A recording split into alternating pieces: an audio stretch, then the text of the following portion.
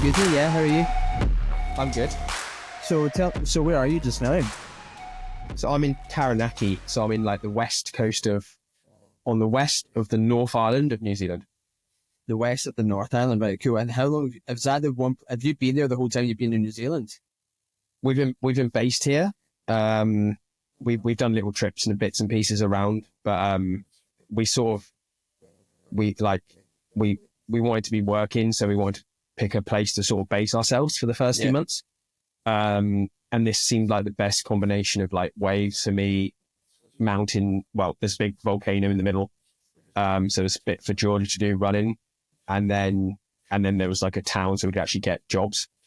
We were thinking of going to Raglan, but everyone just said it's such a like tourist surf spot town that it's just I didn't want like, I don't know, I struggle with like really intense like surf places. There's just a lot of idiots there these days. So here's a bit more like of a real town. We picked here and we're based here. We've only got a couple more weeks though, and then we head and basically do a bit of a lap of like, we kind of head around a little bit around North Island, then most of the time like maybe 3 weeks in South Island, and then cruise back up to Auckland, and then we go home.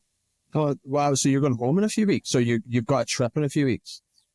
No, yeah. So we leave here, I think the 11th of February we leave Taranaki. Mm-hmm. Then we're leaving New Zealand on the 11th of March. So we've got a month of cruising around New Zealand. Yeah. And then I'm going to head, the flight over here was pretty intense. So we're going to go via Australia. Georgia's got some friends in Melbourne and I've got some friends on the Gold Coast. So we're going to go to like separate friends for like 5 days. And then we've both managed to get flights that like have like a long layover in Singapore. Mm. And we arrive within like 4 hours of each other. So we're basically in Singapore for 24 hours. So we're going to like literally just go and have a little look around Singapore. We've got a hotel. You can book a hotel for like 6 hours in the afternoon for like a discounted rate. So we're going to go and literally have like a nap in a hotel in Singapore and then get on the next flight home.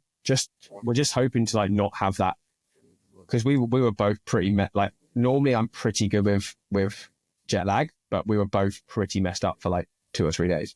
So when you say the flight was intense, you just mean because it's such a long journey, or was it like bumpy? And turbulent? Yeah. No, just the length, just London to New Zealand's long.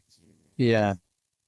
And how have you found New Zealand? I know we've kind of been chatting a little bit about it, but it seems like it's amazing. Yeah, it's pretty epic. Before I got here, everyone was just like, it's just like a UK with really good waves and like really good scenery. You know what I mean? Like obviously like UK with mountains and better waves. And I guess, yeah, kind of where we are now is kind of like that. I think probably if you went really far north, it's a lot more tropical. But like kind of where we're in New Plymouth, and it's like, yeah, it's similar sort of thing. Like it's like we're here for their summer, and it's just like it's like a nice British summer, sort of 20 degrees, and the water's about 18. And yeah, it's just the only difference is there's a great big volcano behind the town. Yeah, it's so funny. I'm like just listening to you chat and then listening to the birds in the background, and it's minus 21. My window is completely frozen, and you're just there with like t-shirt and like birds chirping in the background. Yeah. Oh, you get all the birds there? Yeah. So we're in town, but we basically we found this little like off-grid cabin. This guy's obviously bought a plot of land, and he hasn't actually like built a house or anything on it yet. So it's essentially like, it's like a glorified, I guess, you know, like when people have like they build like an office in their garden, that kind of vibe, you know what I mean? Like a little wooden kind of glorified shed. So we've got that, and then like an outdoor like toilet, outdoor kitchen, like off-grid composting toilet, the full works. Cool, but we're in town. Like literally we can see other people's houses, but there's a big like bank of trees behind us and stuff. So yeah, like, it's pretty, like out of the window, all I can see is trees and then like one other house. Yeah, that's pretty nice. Which is so no, sorry. I was just going to say, we're literally in like, apparently, according to the locals, we're in like the ghetto of New Plymouth, like in like a real rough area, apparently. But our like actual living situation is like this little off-grid cabin. So it's kind of quite funny. You drive up onto the street and it's all like big spoilers on the cars and like, you know, I mean, people walk around topless and punch bags in the driveway and stuff. It's all pretty like, you know, like your classic, like, you know, a corner shop that looks like you maybe wouldn't come out of it if you went into it and stuff. Yeah. It's got like little bars in the windows. Yeah. All that, like all cardboarded over windows and stuff. And yeah. So what? So are you working in a surf shop there? Or are you lifeguarding again? No. So we were going to lifeguard on the beach, and basically there's one date for international applicants, and then there's another date for domestic applicants, like a couple of weeks later. So when we were over in Nova Scotia, we just messed it up and we missed the date for the international deadline. So we tried to apply on the domestic thing, but obviously they were like, nah, you're not Kiwi, so no jobs. So we got a job at a pool, lifeguarding at a pool, which is the first time we've done that. Yeah. Is that weird for you to take a step back? Oh, sorry, I don't mean to step back, but that must be weird for you. No. I mean, yeah, for years as a beach lifeguard, if ever we were out on the beers and we bumped into like, say like you're chatting to some girls, they're like, oh, we're lifeguards. And you'd be like, oh, cool, what beach? And they're like, oh, no, we work at the pool. We'd be like, oh, cool, so you're a cleaner. Like, nice. And like it was always, you know, taking the piss. It is exactly what you think. Like, it's either like watching people do lanes, like watching people do laps. It's a nice pool. Like, it's really nice facility. It's just, but then again, like, it's been like school summer holidays here over Christmas. And so there's this crazy rule where you can't leave the kids at home if you're not in the house until they're, I think it's 14. But this facility is like a council facility. And apparently there's like this weird loophole where if you're over 8, you can be in the pool unsupervised. So essentially there's a bunch of like 8 to 14-year-old kids who get dropped off like multiple times a week. And they're just using it as day, because it's like $4, so it's like £2 to come in, and they're there all day. And you imagine you're 12 years old, you're at a pool 5 hours a day, 4 times a week. There's a thing here, you know how like we do like bombs off the side of the pool or off a jump or whatever into the water. They've like perfected the art of it, and it's called like doing a manu. And it's like you go in basically like you like go in like a pike, so you're like legs straight, like close to your head, and then as soon as you hit the water, you open up. And it's like bombs, but like really good. Like it's impressive to watch, but they're all obsessed with it. And so like we've got like this slightly raised platform they're allowed to do manis off of, and there's a diving board outside they can do manis off that. But then obviously, say we're like moving the staff around or doing something else, or there's like a rope swing the kids can swing off of. We'll close the bombing gate and be like, right guys, hang on 10 minutes, we're going to do this or that. We've got to change things around the pool. They're just bored teenagers. They just want to take the piss. They just want to, and it's fun. I get it. If I was there, I'd be like it too. But like, you're spending the whole day like, stop that, don't do that, get off of there, climb up on the side and do a manu, stop, get off the railings. Or you'll be like tying up the lane ropes, and then they'll see you and be like, here, and they'll do like a manu right next to you, so they soak you. And again, you're like, it's funny, but like, you're like, cool, I'm now stood soggy in like a hot chlorine pool for 5 hours. Like, it's like, yeah, sick lads, well done, come on. It does sound funny from the outside. It's funny, but it's wearing. Is it an outdoor pool? So there's an outdoor 50-meter pool and diving boards. And then there's like an indoor, like, fun pool with like slides and like a big inflatable and a sauna steam room thing. And again, it's like, you've got to be 14 to go in the steam room. So you keep having to put your head in because there's a bunch of 12-year-olds, all this. I mean, you're just policing kids the whole time. It's funny as you get older, like now that I'm in the pool and like, I'm 31 and I'm now in the pool and in the steam room, and you see little kids like running in. And I mean, I would never do this, but you kind of are just like, I know you are just either being annoying or not supposed to be here, but then you need to remind yourself, you're like, oh, you are just kids. Like I was no doubt equally as annoying. As I say, it's not a huge problem. It's just when you've done like 4 days in a row and you're like the same lads, you're just like doing your nut in.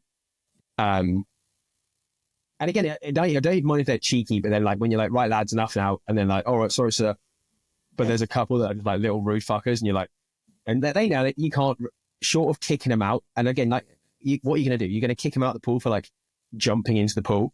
You know what I mean? It's like, so they know that they've got to really push your buttons to like get kicked out. So they're just like, Have you had, yeah, what's been the top tier of like button pushing for you so far? oh, we kicked a bunch of kids out a few times. We had to. It was getting insane. Like, because again, we've got like little tiny kids. There's a big inflatable.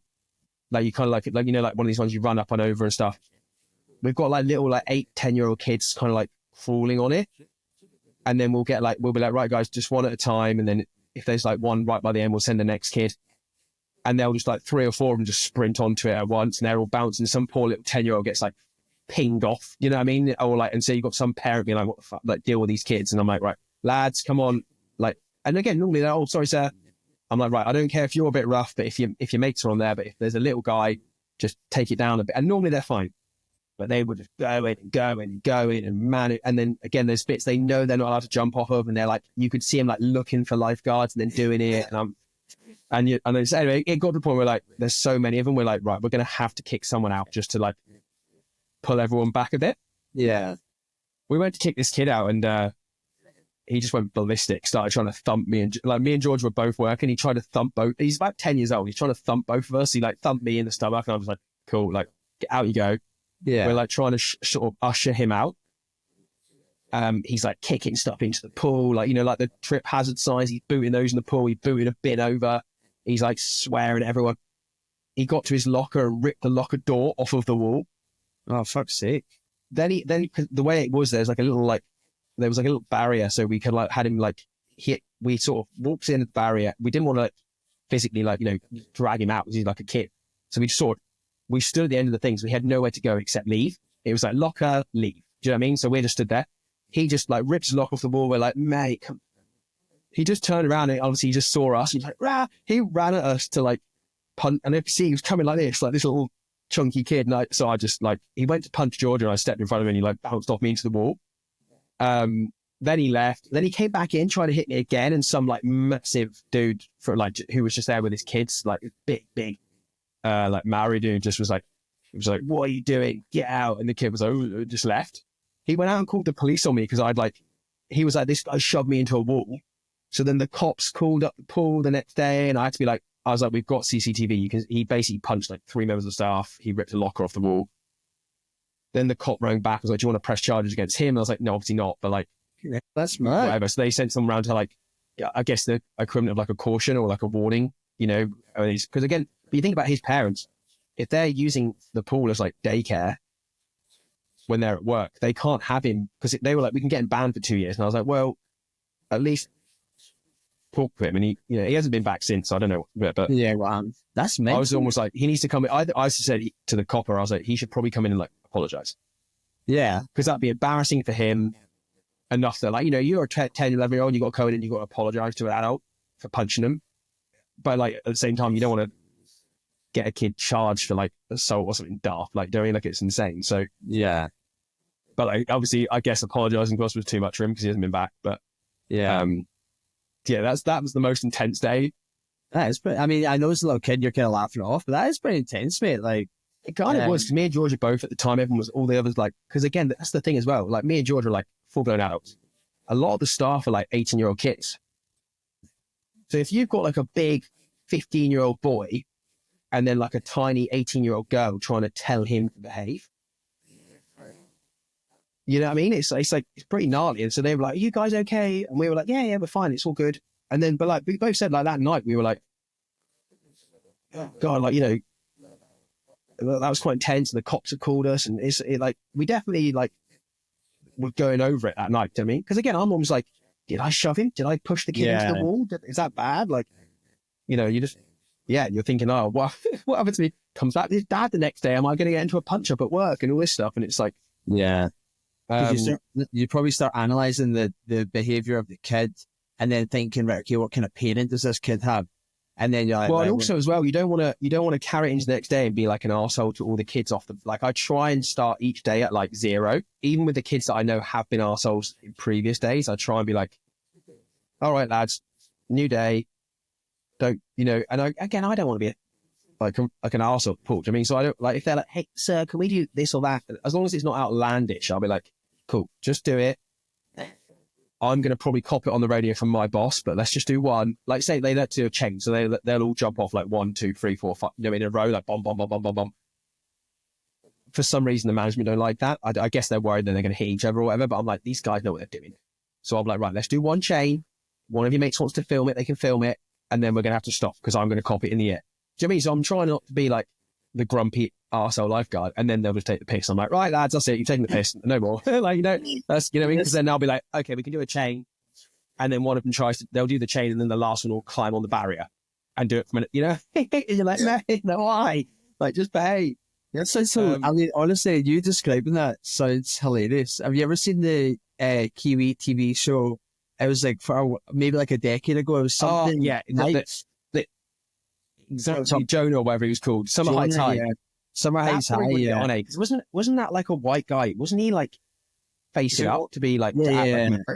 Yeah, he was that like probably wouldn't be allowed. That would definitely not get onto TV these days. Yeah. It's almost like Tropic Thunder, but that is like what you're describing sounds like an episode of Summer High Tide. Oh, sir. Oh, yeah, puck off, sir. Yeah. It was a P. Yeah, they're kind of like that. Like they're cheeky kids, but again, I'm cool with it being cheeky. It's just when it goes like, it's just when it becomes like exasperating. Yeah, because you're just doing it for 6 hours in a row. Like, and is that how you got into lifeguarding, like way back? Did you get into? No. So like I've never done. Well, I did. Actually, I tell a lie. I did a winter. So basically, left school, worked at a surf shop. Then is that the surf shop you now have? No. So I worked at like a random surf shop in town. I then was at the beach, or you know, funny enough, it was my dad actually. I think I was down having a surf, and dad likes to watch me surf, so he came down to watch. And he was chatting to one of the lifeguards. You can't shut dad up, like dad talks to everybody. He's chatting away to one of the lifeguards, who then happened to be running a lifeguard course. Like the sort of trade, like it's a week-long course to be a lifeguard on the beach. So basically assume that if I say lifeguard, I mean beach. If I say pool, I mean pool. Do you know what I mean? So yeah, it was like a lifeguard course. I did that course, and so then when I was 19, I started working on the beach.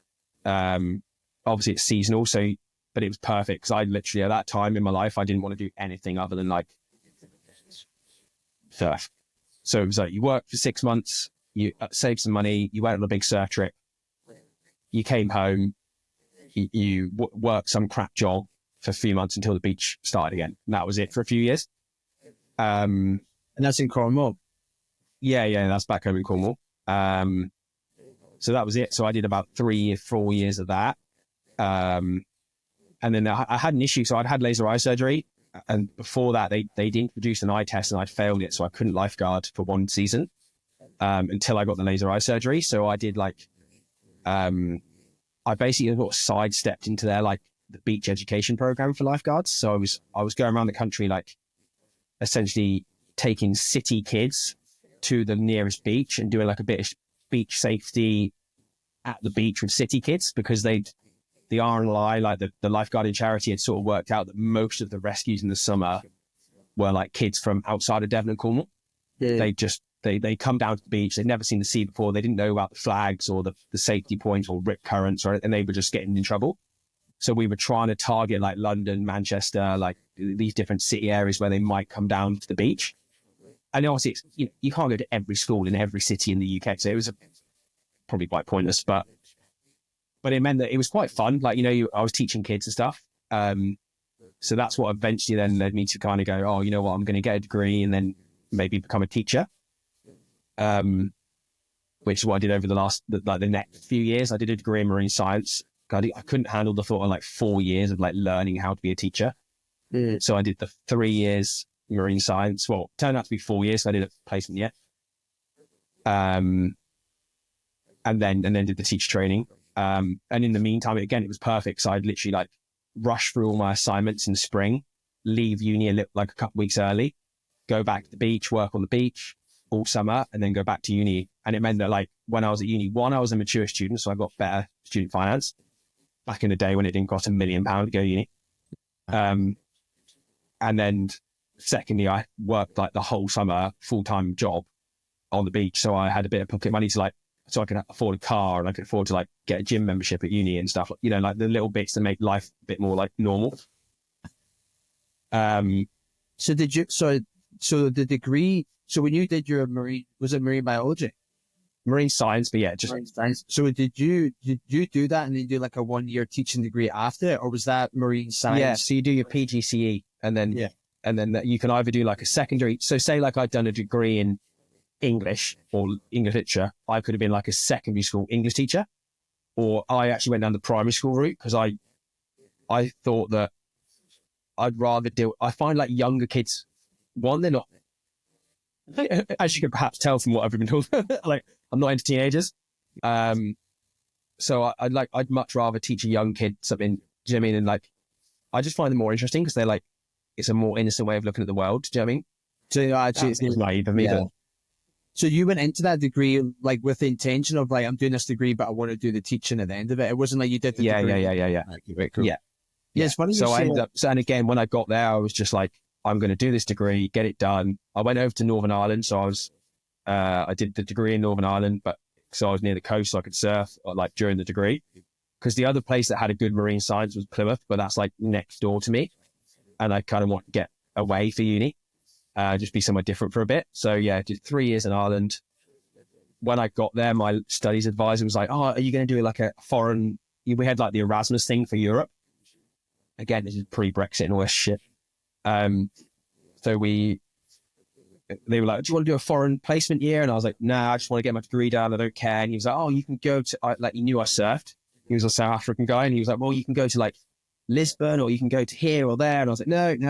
Like, I just want to do 3 years, and then, you know, I've got to do another. I knew I had to do another year teaching. And then he was like, "Oh, we've got a new placement coming up next year for Tahiti." And I was like, "Oh yeah, tell me about that," because Tahiti is technically France. It's like what do they call it? Like a foreign, you know, like a colony, whatever the modern way of saying a colony is. Modern way of saying colony, yeah. A department, they call it. They call it a department.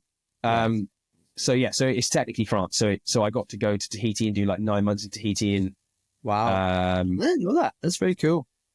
Yeah, it was like half the time at the uni, like just being a student, and then half the time we were attached to like a research center with like doing like a bunch of research. So I ended up like just doing, and again, I didn't have any, we were like with this mad couple, this like English Portuguese couple who were from a French uni, and they were doing this study on clownfish behavior. So we were just bodies for them. So, but it meant that we got all our research done for our final year dissertation. So like me and the other guy that came there just went home and had like basically like pre-written dissertations for final year. But yeah, it was pretty intense 4 or 5 months of like, it was the whole point of the project was that we were looking at clownfish in situ, so like in the wild rather than like in tanks or anything like that. But it meant we had to go find the clownfish nests in the wild and then study them every day, twice a day, because we were looking at their like egg laying and like developmental behavior when they were like when stress was introduced to their environment. But it meant some of these, and we didn't have any scuba tanks, so we were doing this all free diving, and some of them were like 5, 6, 7 meters down. So we're like free diving down off a little tin boat, checking out these looking for them to lay eggs. If they laid eggs, we had to like take samples, like try not to, and the male clownfish is like pinging off your mask, trying to attack you. Like it was like, again, you're free diving in Tahiti every day. So but you know, when you're up at 5 a.m. to like go out and get before the sun comes and all this shit in a little metal boat, and it was just, yeah, it was like these 2 lecturers were clearly like, oh good, we've got some fresh bodies to like try and break in form. Yeah, but it was cool. That sounds amazing. It sounds amazing, but I can imagine maybe the reality of like getting up at 5 a.m. in a little tempo and going out and free diving. And even just being on like a little research center, like little bubble of scientists, there's like 20 scientists living on site, and it's all like, you know, like there's like a cooking rotor and all this, you know, all that kind of stuff. Imagine like a massive student dicks of 20 like post-grad level students. And like, yeah, like so like, for example, we had to drive out past 2 like really good, like reef past surf spots. but the director of the research center would be like super again. I couldn't use the boat to go for a surf, but I'd be trying to get up early enough to put the surfboard in the tinny to then go and do my research. But on the way back, if I happened to anchor off on the reef and have a little surf for an hour and then come back in, because otherwise it was like a 40-minute paddle across the lagoon. But like if you don't have a like power boat, so you would just anchor the boat and then jump out and go surfing. Well, the way it works is so you got the land and then like a deep lagoon, like a properly deep lagoon, which was also like a hammerhead shark like nesting site. So I was like paddling over, so my brain's just going dum dum dum dum dum dum. Yeah. So you're paddling over this apparently nest. I mean, they might have been lying to me. Hammerhead diving site.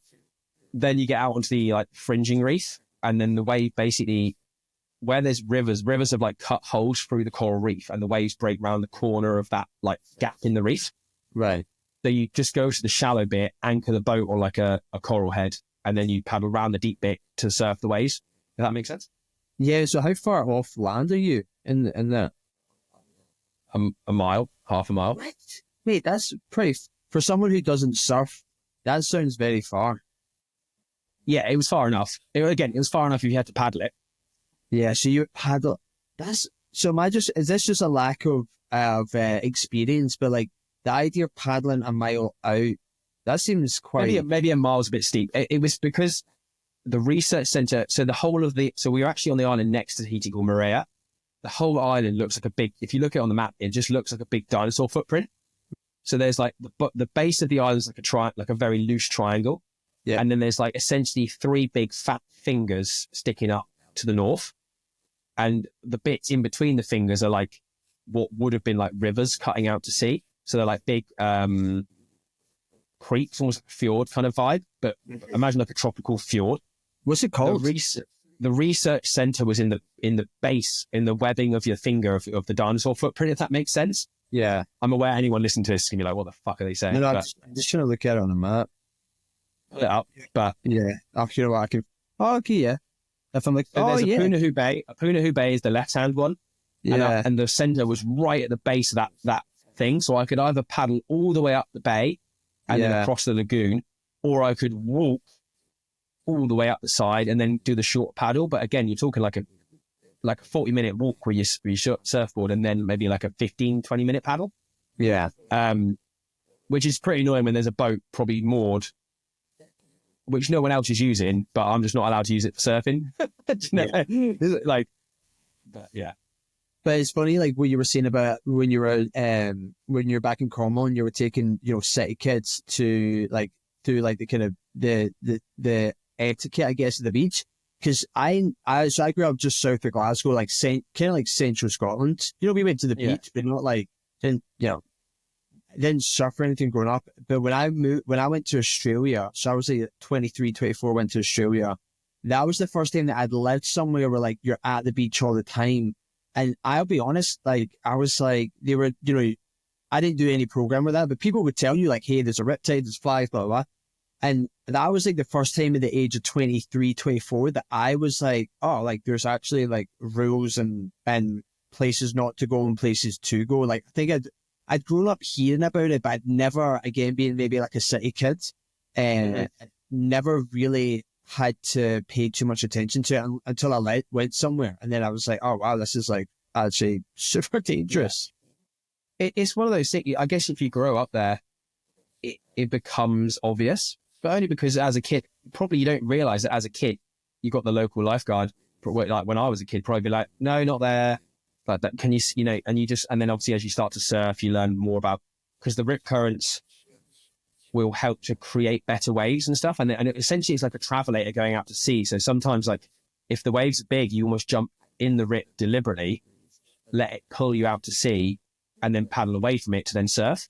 So you use it like a little conveyor belt, but obviously to a holiday maker or just see whatever, that then becomes a problem because you jump in it, you think there's no waves there, so you think it's safe. But the reason there's no waves is because the current's going out to sea and it's like dragging sand and sediment off the seafloor. It's deeper. So it stops the waves breaking. And obviously, but then you lose your footing. It's deeper water. You can't stand up. You're trying to swim. You see the beach. You try and swim back to the beach against the current.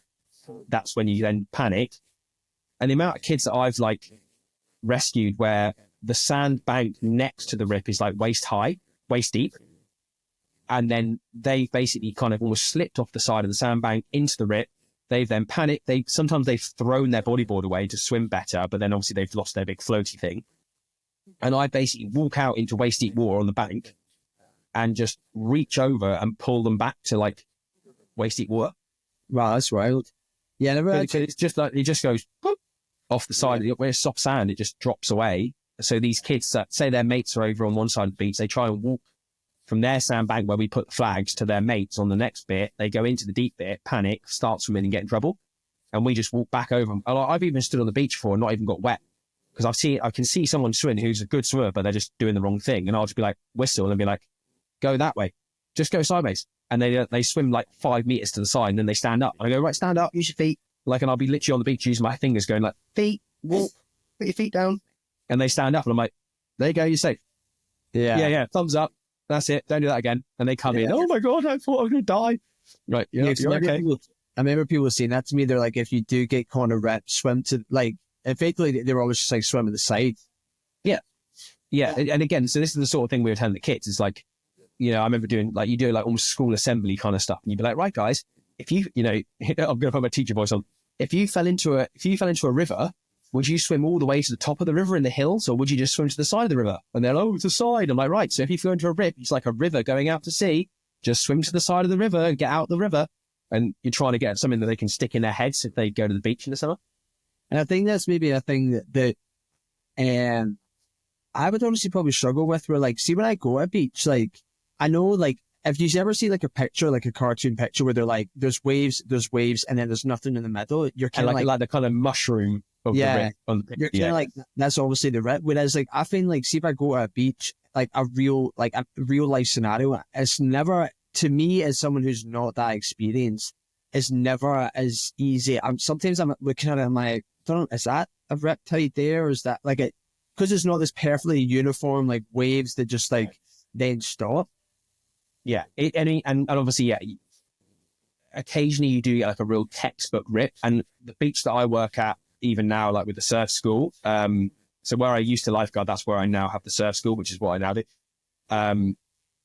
It's like a big cliff. So you walk down the cliff. And obviously, again, in the UK, it's like big tides. So sometimes at low tide, you're walking down the cliff and you can see the sandbank and you can see the sand, like, because it will stay wetter in the dip where the rip's going to be. So you can see it all like laid out. To my eyes, I can just go, oh, that'll be a rip when the tide comes in. That'll be a good bank to put the flags on later, or that'll be a good place for a surf lesson. Or it's high tide and you can just see the rips. And to me, I could just see it. But yeah, you're right. It's not always like these textbook, like bank, rip. Like it is, sometimes it's pretty chaotic and it just takes a lot of time of, God, you sound like Point Break, but I mean, like just stare at the ocean, just knowing what you're looking at. Yeah. So also, and you can read it like anything else. So if I'm understanding you correctly, so you have the beach that you've obviously got your surf school at, but the rip won't be the same every day. It might be in a different location. So, God, we're getting right into it. So there's different types of rip. So you've got a fixed rip, which is normally, it's always there. And that'll be around something like a hard piece of structure. So whether that is like, for example, at Whitsands, there's a headland that sticks out. And then the way that the current comes in, it basically hits the headland, washes around the headland. And obviously that action of washing around the headland scours the sand away. So there's almost like there's always a rip there. The waves come in, they hit the rock, they suck around the corner. And as they suck around the corner, they suck the sand with it. So they create this kind of permanent rip. Then you've got like, you might have a more transient rip, or like a sort of, what's the terminology for it? Literally. So you've got permanent, fixed, and then like flash or like quick rips. And so the sand builds up over time. Maybe the waves are quite small for a week.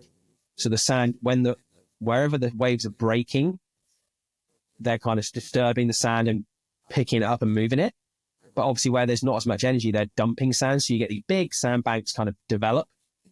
And then either side of it where the rips are, it's almost making it worse for itself. But then you'll have a day where so overnight there's been a big swell, big storm. All the sand's been shook up because it's just been chaos overnight. And it'll be like almost like a reset button. And then you're kind of back to like square one where you're like, okay, what's happened now? Yeah. You know, and again, if you imagine if that's the shoreline, the swell isn't coming in like directly perpendicular to shore. It's normally got a bit of an angle on it. So over time, that sandbank or the sand is generally getting moved down along the coast, left or right, like slowly. But it means, so for example, you might have a rip that's at one end of the beach, and then over time, it kind of gradually kind of changes direction a little bit, or it shifts left or right. So again, it's just every day, like if you're a lifeguard or a surf coach or whatever, as you get to the beach, you just kind of go, oh, that rip's still there. Oh, that one's filling in a little bit. It's kind of dying off. Oh, there's a bit of a new one over there. Yeah, I guess it's like a fly fisherman going to his favorite spot, and there's bits that stay the same. And then maybe, you know, I don't know, maybe if there's been a big storm, the river changes a little bit, and then one of the spots isn't quite so good for fly fishing. But the fisherman can kind of read all that on the water. And I guess it's the same thing as like me. When I go to the beach, I can just read what the water's telling me. So that's really interesting. So when if you're like if you're actually doing your lifeguarding, like, is that part of the, like, is it quite, it sounds kind of informal. So I mean that in the sense of like, are you just getting there on a day and then you're just like, you know what, I'm going to just like look all the stuff, see what's going on. And then you just make a mental note of that? Or do you have it at all where you like, do you need to like go and like write all this stuff down and report it, et cetera, et cetera? I've just moved. My phone was on low batteries. I'm just shifted to get to a plug. Yeah. So it's kind of like, so almost every beach will have a team of lifeguards. And they'll be like, ideally there's like a couple of freshies, like grade 1 beginner lifeguards. And then there'll be like a more experienced lifeguard or a senior. And so like everyone comes down and yeah, you'll literally have a little morning meeting and be like, right, what's the plan for today? Like, you know, and then perhaps if say something really chaotic happened yesterday afternoon with different lifeguards, they might have left a little note. So they might be like, oh, in the afternoon when the tide comes in, this real bad rip kicked off over here. So you might want to keep the flags away from that early. Yeah. And then you just sort of make a bit of a plan for the day. And again, after a while, it becomes sort of, and again, I'm sure there's some beaches where like there's the same hazards every single day. So the kind of setup is the same. Again, if it's one of those permanent rips where there's like, so for example, that beach I was talking about with the headland, you know that at a certain state of tide, that rip's going to kick off. So you move the flags away from that rip in time so that everyone gets out of the way before the rip starts. And you just got to be aware of what the tide's doing. Yeah. So how did you go from your lifeguarding to being the owner of a surf shop? How did you transition to that? Surf school. What's it called? It is Adventure Bay. Adventure-based surf school. So there was a guy who I was lifeguarding. I think he did like 1 season lifeguarding, and he was a bit of a like Jack the Lad kind of like tradey kind of guy. And he was just like, oh, there could be a surf school here. It could be, and we were like, yeah, all right, Dan. He was called Dan as well, and he was like, yeah, there could be a surf school. And he was an awful surfer as well. He won't listen to this, so it's fine. He's an awful surfer. And he was like, yeah, it could be a surf school, and he kind of just made it happen. But like, his life situation was like, he's got like 3 kids, a wife, a mortgage, you know what I mean? Like, so he did it for a couple of years and he was sort of half-arsing it, and he was a bit of a chaotic guy at the best of times. And I started helping him. I'd been lifeguarding for like 6 or 8 years or something, and I was kind of a bit over it. So I started doing a bit of surf coaching and a bit like we do coasteering. So I was helping him with the coasteers, which is just like all the things that you can't do as a lifeguard. So like jumping off a rock, swimming into little gullies, getting thrown around by waves, and you take customers and make them do all this stupid stuff. It's an insane activity. Like now that I run it, I'll lead the coasteers and I'll like say to the lifeguards, you know, does anyone want to come and second me? Just like we need like two members of staff. And I'll say to people like, do you want to come and do it? And they're like, yeah, that sounds sick. And I'm like, yeah, just you need to take your lifeguard hat off a little bit, otherwise you're going to freak out. Like because it's like you kind of got to pull back on what your safety messaging. But yeah, so I was helping him, and then I just actually finished my PGCE. So I'd finished my teacher training, and I'd gone for like 2 interviews for jobs as a teacher and hadn't got the jobs. And I was having a full crisis of like, oh my God, I can't teach. I'm rubbish. I'm destined to be an awful teacher. I can't get a job. Like, what am I going to do? But it was the middle of the summer. So I was trying to interview to start in September and just didn't get these 2 jobs. And then the old Dan that used to run the surf school was like, you know what? I'm going to sell it. I need to get a proper job. Like the wife's going mad. I can't be working for 6 months of the year anymore. And he was like, do you want to buy the surf school? And I was just like, yeah, yeah, absolutely. Like got a loan, managed to do like a business loan sort of thing. I got some money and bought the surf school, and that was it. Then just, I was Mr. Surf School. How long ago was that? But it must be about 7 or 8 years ago now. A while. I'm really bad with years. I because I work on seasons so much, I can never remember what year things are. It would have been, I don't know, the year I did my PGCE, so whenever that was, I could work it out. But anyway, a while ago. I've definitely been doing the surf school 6-7 years, Cindy. And how have you found going from, as you say, like lifeguard hat to surf school hat? Because obviously there's lifeguard is like not really like to do with money, it's to do with like safety and shit. And then the school is kind of both. It's like, you want to make money, you want to get people an experience, and it needs to be safe. Yeah, I mean, it's kind of a bit of a strange one because, so initially the surf school was based out of there's a little cafe on the beach. And then kind of over, I think it was pre-COVID or a couple of years in anyway, I've managed to shift myself into the lifeguard building. It was a bit cheaper and there was slightly better facilities and stuff. And but obviously the RLI is a charity and they don't normally like to get in bed with businesses. So I had to kind of convince them that it was worthwhile. And in the meantime, I'd become a lifeguard trainer assessor. So I can now train and assess new lifeguards, and I can also requalify current lifeguards so they can keep going. Mm-hmm. But there's a bit of a problem in my area with the sort of throughput of young people becoming lifeguards. And I'd started a kids club to surf. So there was a bunch of kids who were surfing with me every week from the local area. It wasn't just tourists coming out for a surf lesson. So I was doing my normal surf lessons and I was doing this kind of kids club where it was keeping kids at the beach and they were getting good at surfing and they were learning about the ocean and they were doing beach cleanups on the beach. And so I sort of said, right, well, I can start to when they hit that 15, 16 years old age, I can now start to qualify them as lifeguards. And so I I've got this kind of deal with the lifeguard service where I pay rent to be in the building, but I have to provide a lifeguard course every year. I have to try and help the surf life-saving club because again, they're having a bit of a hard time with coaches. So I help them to develop their kids and their junior lifeguards. And I also I examine all the current lifeguard crop every year to keep them in date. So I think most surf schools, obviously, I think they probably have a bit of a testy relationship with their lifeguard team because they're maybe the lifeguards are putting their swim flags and then kicking all the surf schools out of the swim zones. And, there's probably a bit of friction there. But I'm pretty much me and the lifeguard team are pretty like this. So we're pretty interconnected. And I think at this point now, obviously, because I've been training people for 6 or 7 years, or how long have I been? Yeah, probably been training people for 5 or 6 years. So now a bunch of the younger lifeguards probably did their course with me. And then they became lifeguards, or maybe they did a year surf coaching and then they became a lifeguard. And so there's a lot of interconnectedness within the team. And I remember, for example, there was this one girl, she'd done a lifeguard course with me while she was a student at Plymouth Uni. She then got a job on the beach, but she wasn't a massive surfer. And there was a pretty big day of waves. I came round the corner from the lifeguard hut to where she was on patrol. Someone was in a bit of trouble, but it was the biggest surf she'd probably ever seen or ever been out in. And she just looked at me, she was like, "Dan, that person's in trouble and I don't want to go, I can't." And I was like, "Yeah, I'll do it. Give me a board." So I went and did the rescue for her just because she was it was a bit above her comfort zone. So again, if I'm in the water doing a surf lesson and I notice someone in trouble, I'm already in a wetsuit and I'm already waist deep. That lifeguard's on the beach in their shorts.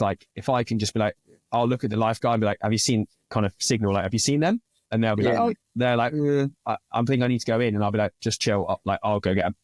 Because again, like I said to you, a lot of the rescues aren't really rescues. They're just "Hey, you're good. Come this way a bit. Stand up. You're fine. Catch a wave in here." So sometimes I'll be doing a surf lesson and just do a half rescue to save the lifeguards having to go in and do a full rescue. And yeah, and I buy the lifeguard team a beer at the end of the year to say thanks, because a lot of you can imagine on those rainy days when they'd be sat in the hut having cups of tea, if I've got customers down doing a surf lesson, they're out on the beach in the rain doing a patrol. They've got to be on water's edge if I'm in the water or if anyone's in the water. Yeah. So there's definitely days throughout the season where the lifeguards, I ruin their day. Like, they're all set up for a nice day of sitting in the hut and doing nothing. And then I turn up and I'm like, hey guys, we've got 3 surf lessons back to back. So you guys are going to be putting your coats on and sitting on the water's edge in the rain. So I try and like even it up a bit at the end of the year by getting everyone a beer. Yeah, I could see how you might need to sweeten them up. But I remember when I went to Australia, that was the first time I'd really ever spent any time at the beach consistently. And, beaches that get decent waves. And that was the first time as well where like, gee, that's a lie. I had gone to a surf school in Portugal. I think it was like a place called Arafana or somewhere like on southwest down top of above Sagres. Yeah, and then me and my mate went to do it. But at that point in time, we were like teenagers, maybe like 19 or something, but like all like gym bros. Like neither of us swam. We were just like, stupid young guys who were all we were into was the gym. And the reason I say that though is because we didn't have any cardio, any swimming. And I remember we did this week-long surf school, and honestly, like I loved it. It was amazing. The place we went to was amazing. It was like Boa on the Surf School, I think it was called. But anyway, it gave me such a healthy appreciation of fear for the sea.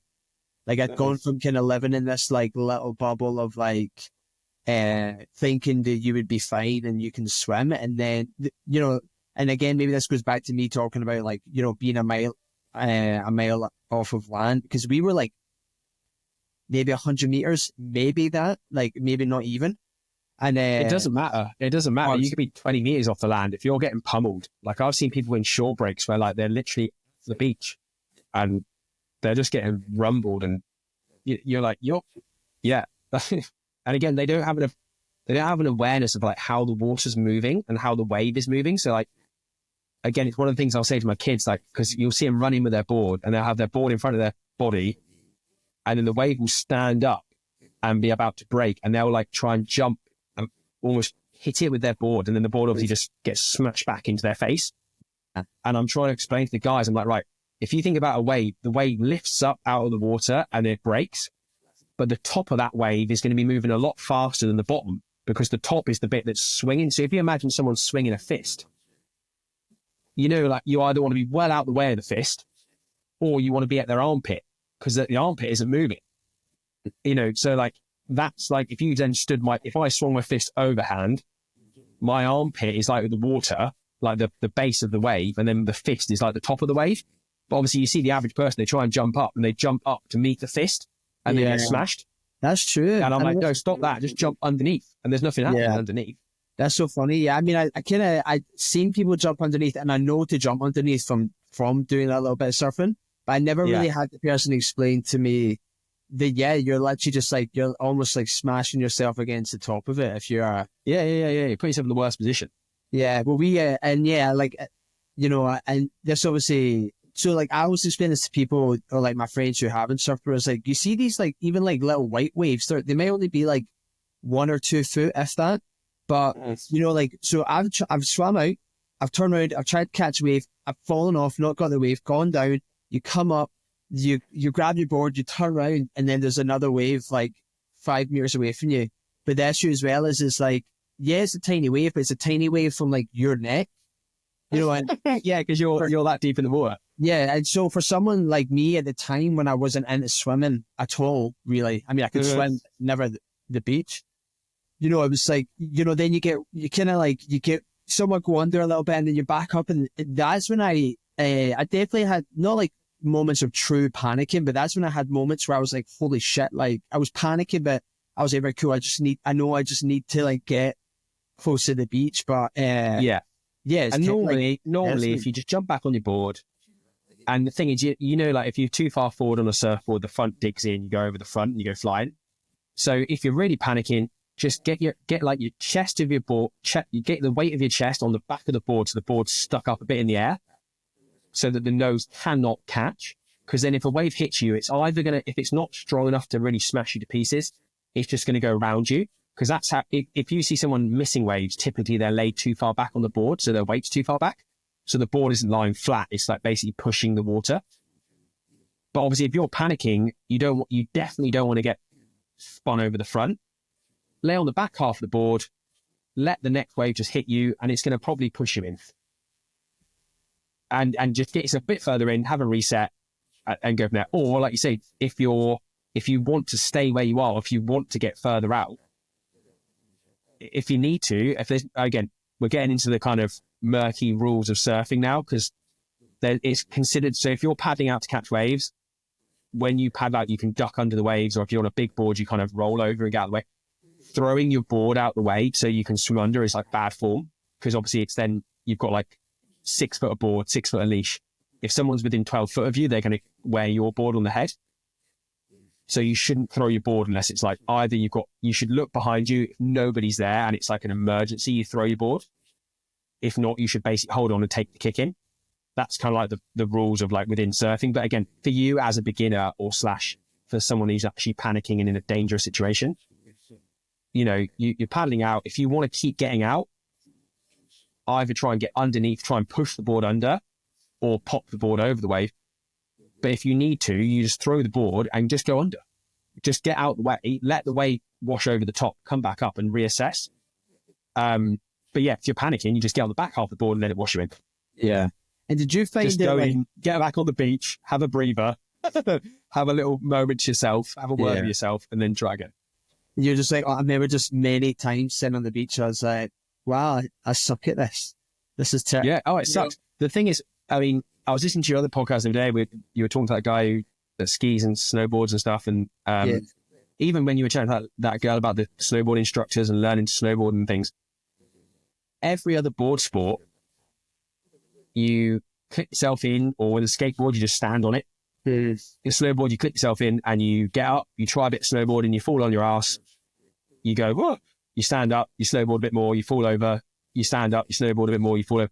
With surfing, you get in the water, you then get out past some waves, you get smashed by some waves.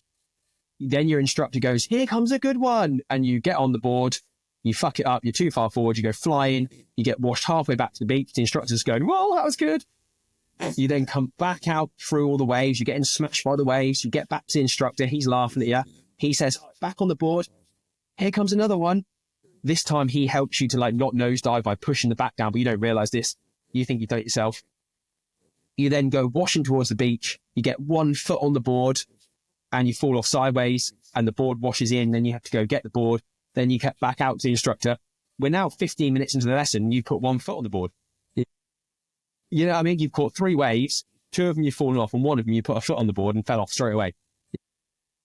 So there's so much more to like just getting to the point where you're stood on a surfboard is within itself probably a whole surf lesson, if not 2 or 3, depending on your fitness and your balance and your whatever. And imagine that in snowboarding. Imagine if your first lesson snowboarding, you paid £100 for a private lesson.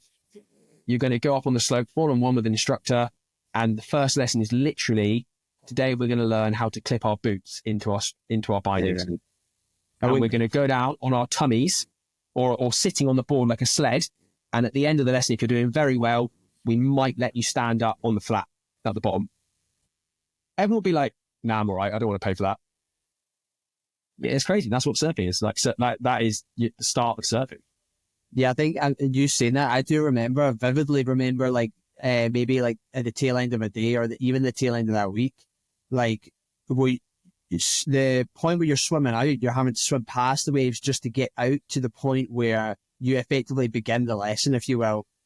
Yeah, I remember there was a couple of times where I was so exhausted that I was I didn't do it.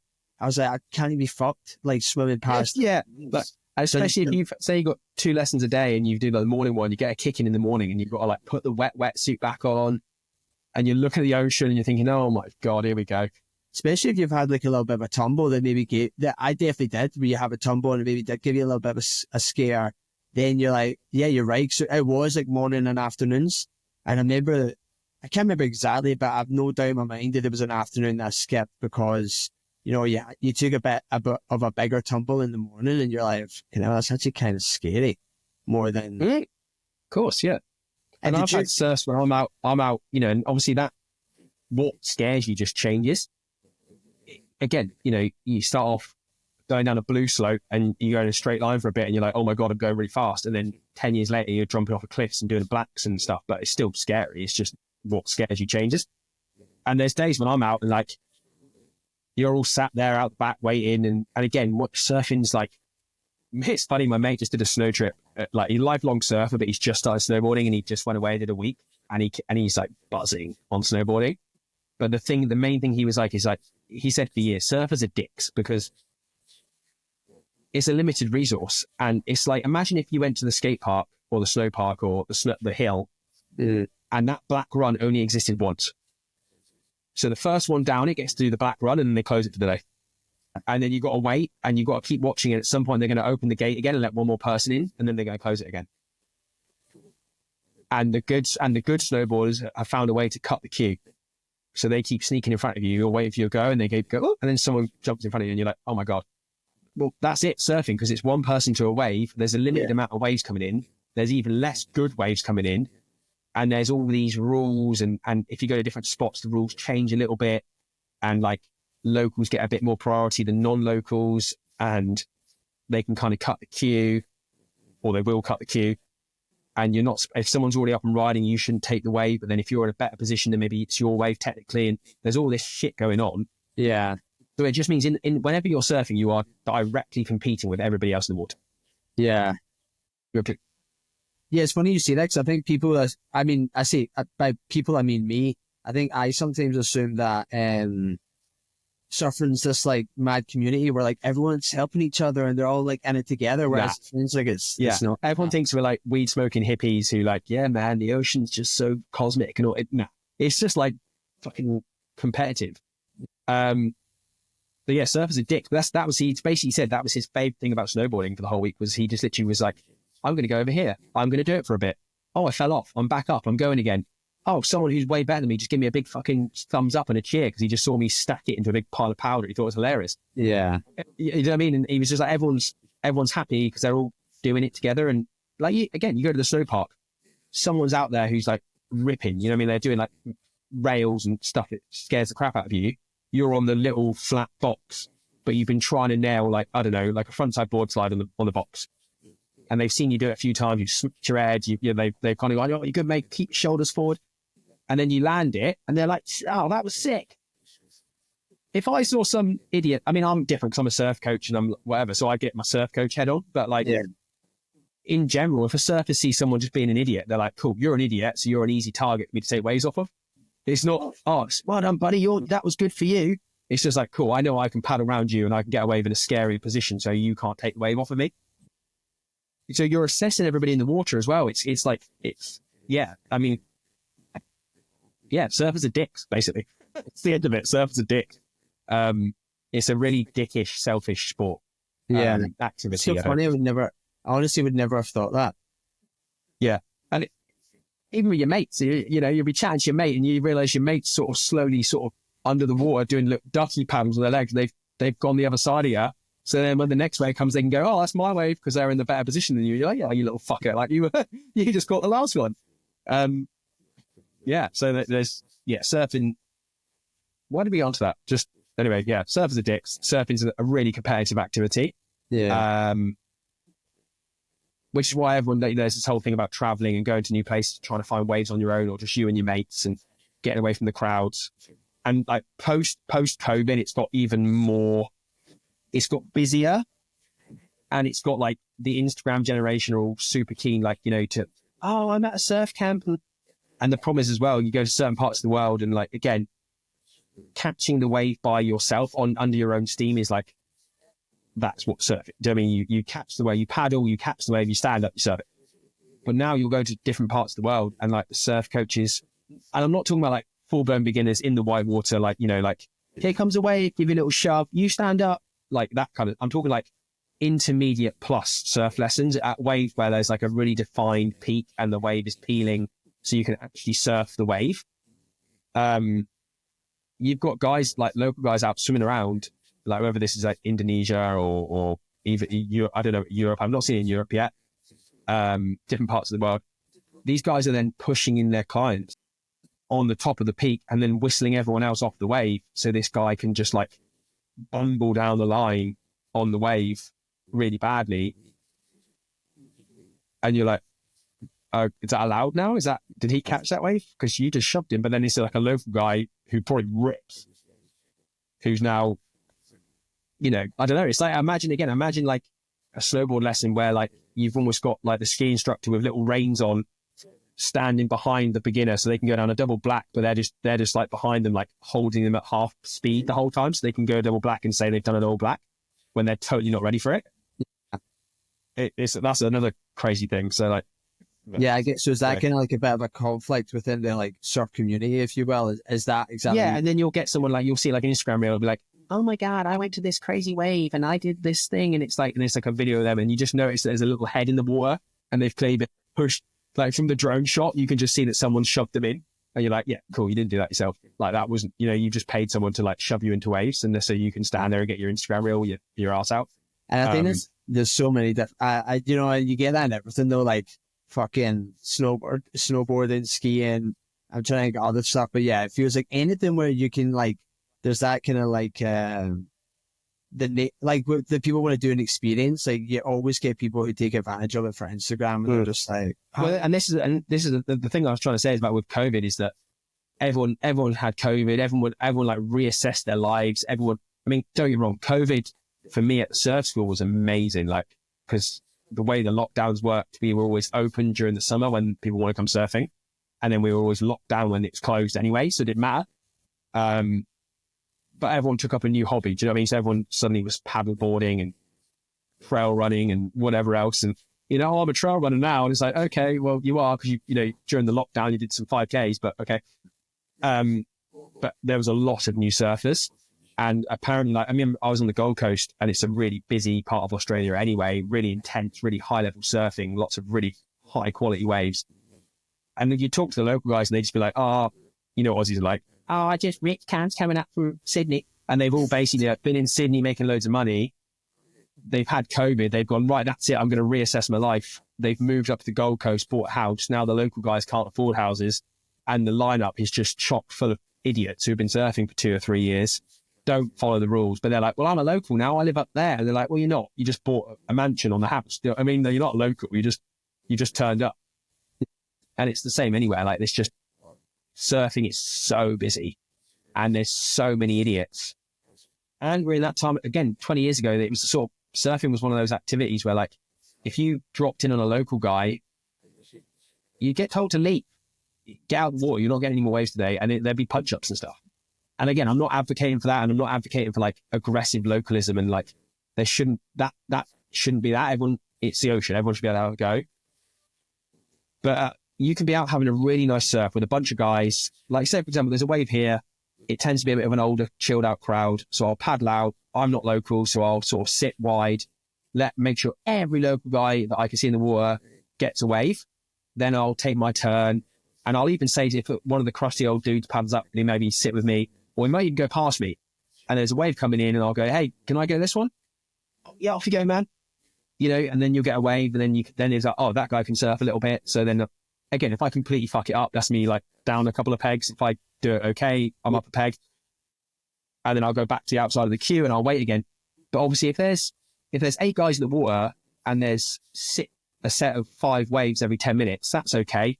You know, you think someone's not going to get one, but they're at the top of the queue. Then when the next set of waves come, they're top priority. So then they can say, I'm going to get the third one. So the first 2 are up for grabs, and then they get the third one, and that's the one they want. But then if you get 5 idiots paddle out, suddenly we've got 15 guys in the water. There's not 15 waves.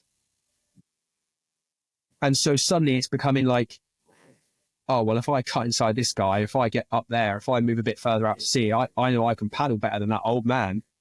But he's a local guy, and I don't want to piss him off. But at the same time, I don't want to not get any waves because these new guys are just doing laps because they ain't got a clue what's going on. So then and there's a sort of attitude in the water where it's like nice and friendly and you're cool and you're chatting to everyone, and then suddenly the numbers go up or the waves get worse or the waves get big, whatever. And the attitude goes to like, I'm out for me now. It's become competitive suddenly. And it's crazy how like 1 or 2 guys can just completely change your lineup. And have you found, like a real...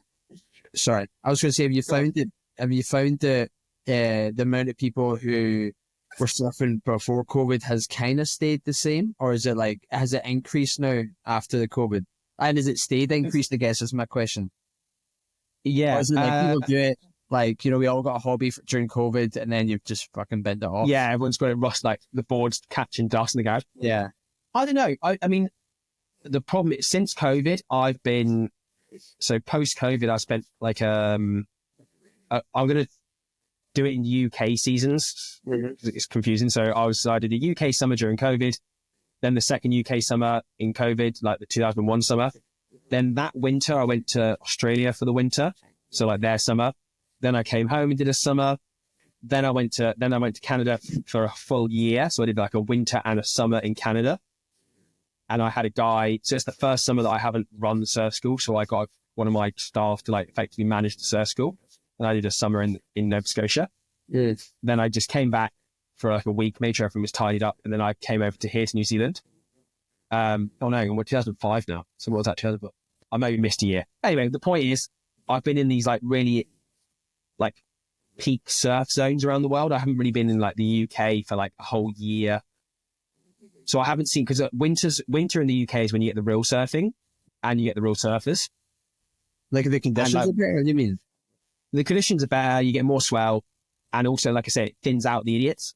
Because again, it's not like peak, like it's not freezing. Like my mates in Nova Scotia that I made, they're now surfing in like 1 degree water and like -15 in like 6 foot snow on the beach. I'm not that hardcore, but like at the very least, the water's sub 10 degrees. You're wearing a thick wetsuit.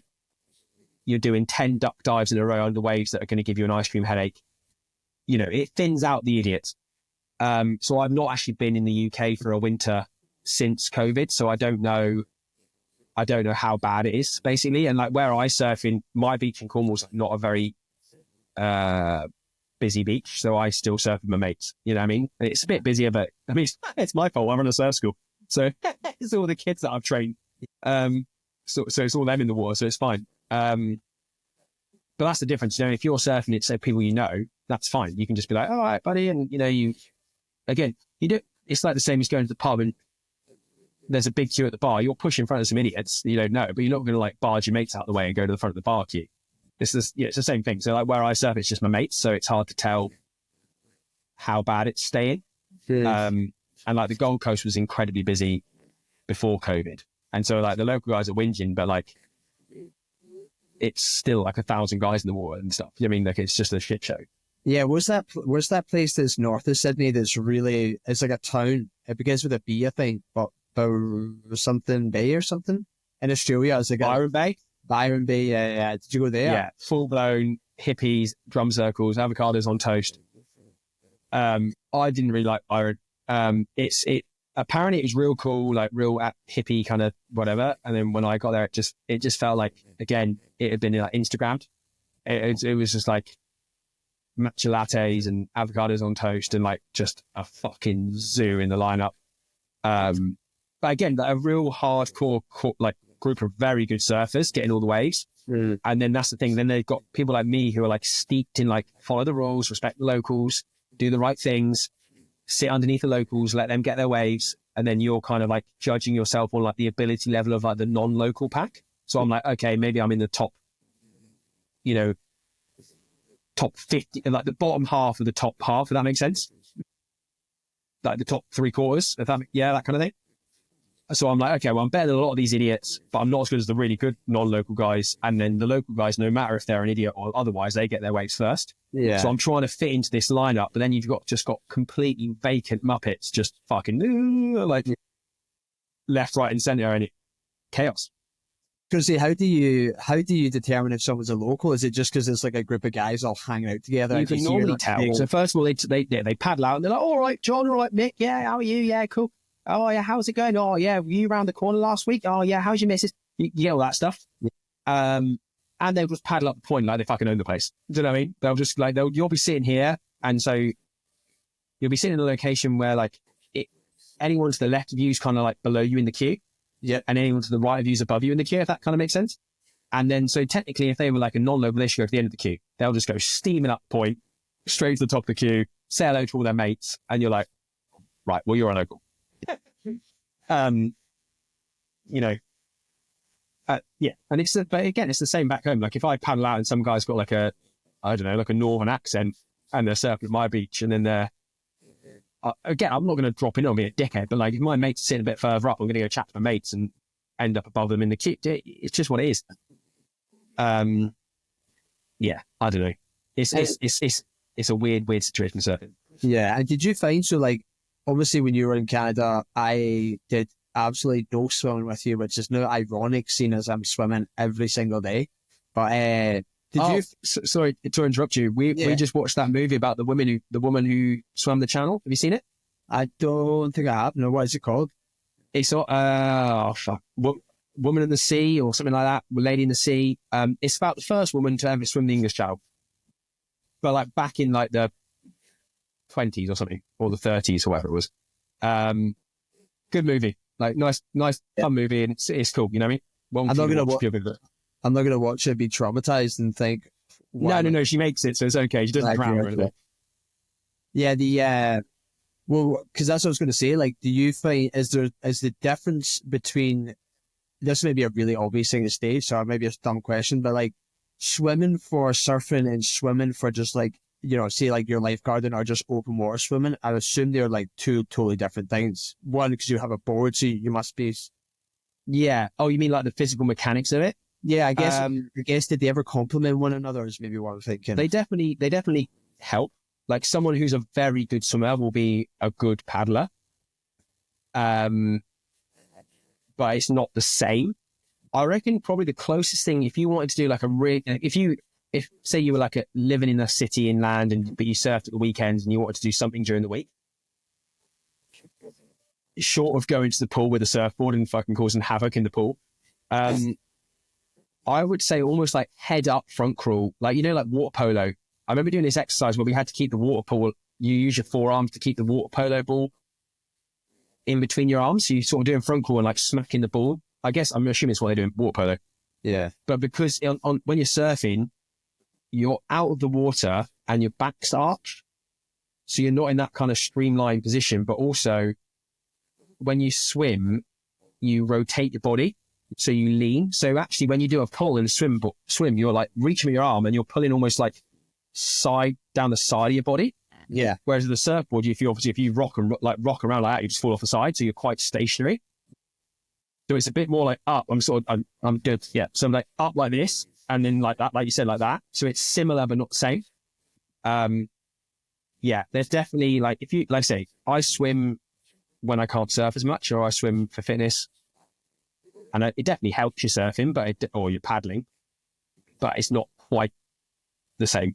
If you're going on like a real intense surf trip, there's still a few days of like building up the little weird different, like your lower back, for example. Like I feel like my lower back, because again, I'm just like that the whole time. I'm just arching my back. Mm-hmm. So like whenever I've done like gym classes, obviously I'll be in the, say you go to like, you know, like, oh, we're going to do a HIIT class and we're doing like crunches and I'm like dying, or we're doing press ups and I'm dying. And then they'll be like, right, we're going to do these Supermans where you like arch it. And I can just do that. I'm like, is this supposed to be doing something? Like I can do that all day. Yeah. You know what I mean? It just doesn't fuss me. I know you see all the people in the class like sweating and struggling. And I'm like, this is fine.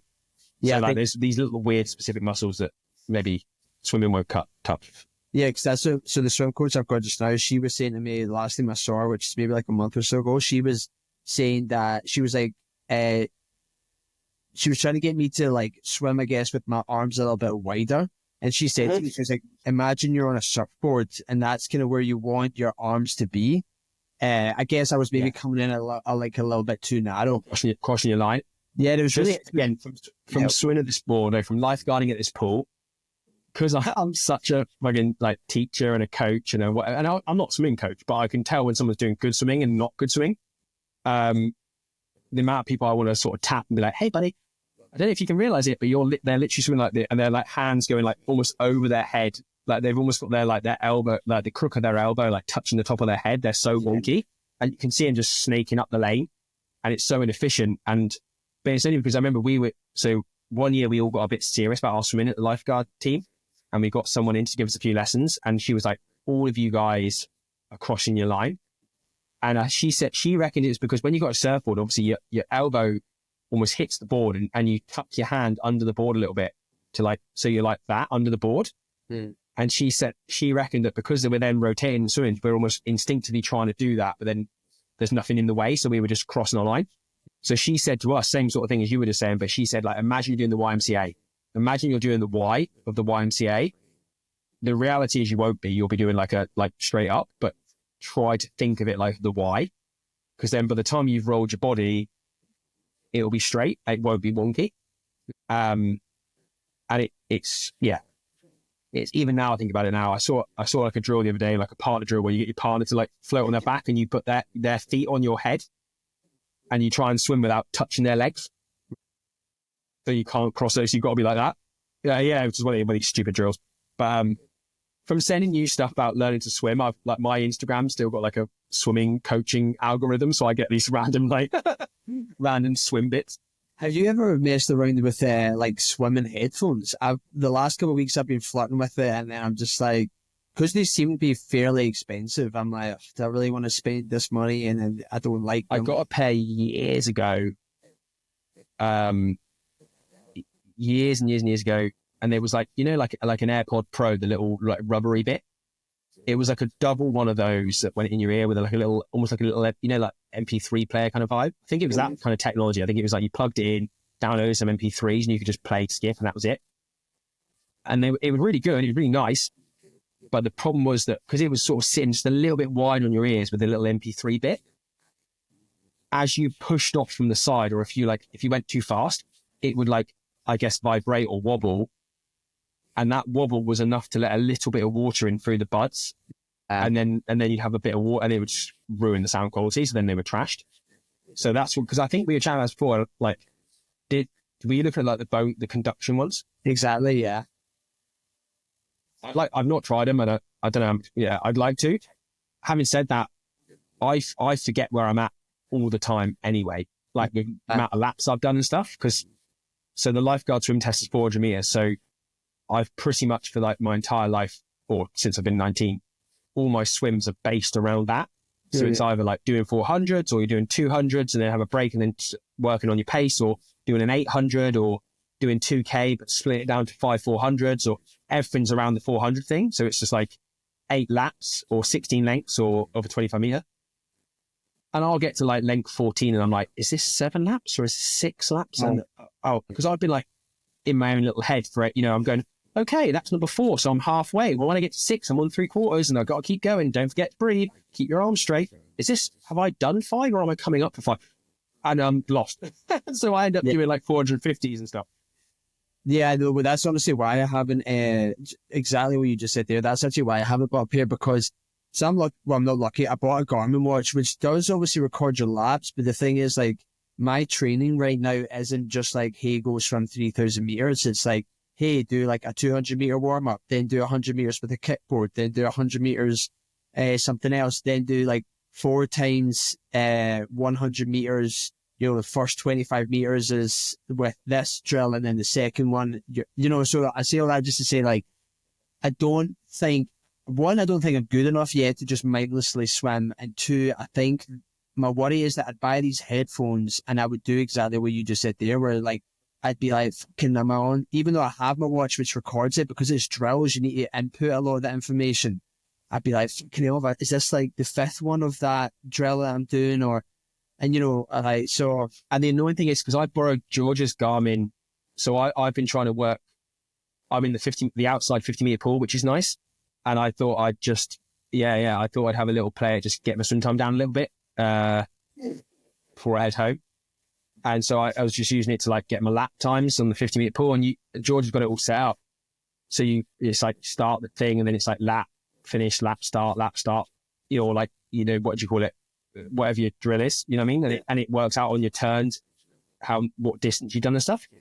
So it was pretty good, but you can't actually, I don't think it's on the screen on the watch. And maybe it's just because I don't know Garmin's very well, but I couldn't work out how to check mid-swim how many I'd done. Yeah, that's true. So mine doesn't tell you, it won't be like you have done 40 laps. It will just tell you you've done 400 meters. So then you need, you know, whatever length of because I know you can play with the screen. Yeah, this was just like, it was like this this, what do you call it? Set, this relay. This is your time. This is your pace. This is your thing. It didn't say this is 4 of 6 or whatever, or you've done 4. It didn't have a total distance on, because if you had a total distance, I could have worked out. So I finished and I'd be like, oh, so basically I get a half an hour lunch break. So I try and get in the pool, do a kilometer, and just do like a slow 100, then 8 fast 100s to time, and then a slow 100, then get out, have a shower, get back to work in half an hour. And so I'll get out of the pool and I'll be like, right, first lap, 8 fast laps, and I'll be like, oh, I did 9. Or do you know what I mean? And I'll look at the splits and I'm like, nah, I did one too many.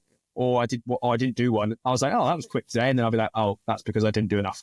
But yeah, so that's definitely something that I have, where like if I am just doing an endless like there are some times where like I'll be like, fucking hell, man, I swear to God I did 4 laps, but my watch is saying 3.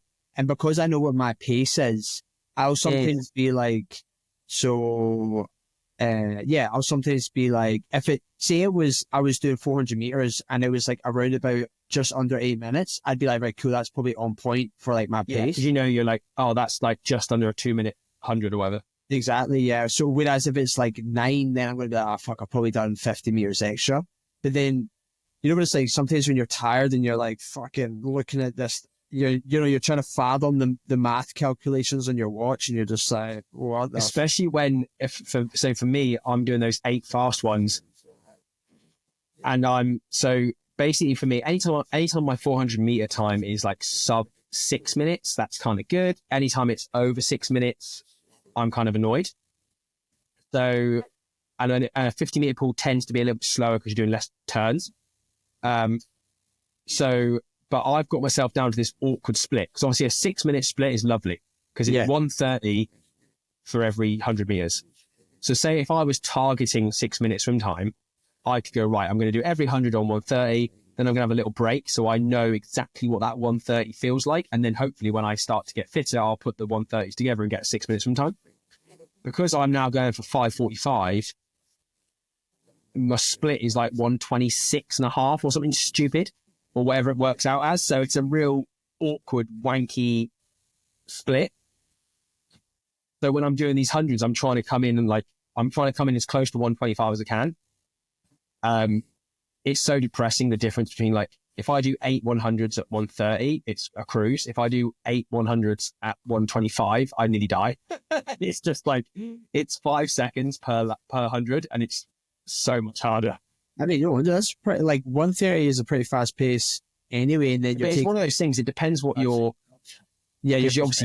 training for like distance, and you're coming into it from like hey, I'm not trying to be I just need to like get good at swimming, to be efficient at swimming. Yeah. And again, if you've got it say some, I mean, whoever's listening to this, but like, if there's like a club swimmer, they'd be like, well, that's nothing. I'll do that for 6K. Do you know what I mean? Like they'll be like, that's like ridiculous. Like, we've had guys come in from like a swimming background rather than a surfing background to the lifeguard courses, and they're doing like 440s, like 445, 440 swim times, and they're like, there you go. And then we're all like, I've got a 550, woo! Like, we're like a minute slower. But then also you got guys come in and they'll do like a 710.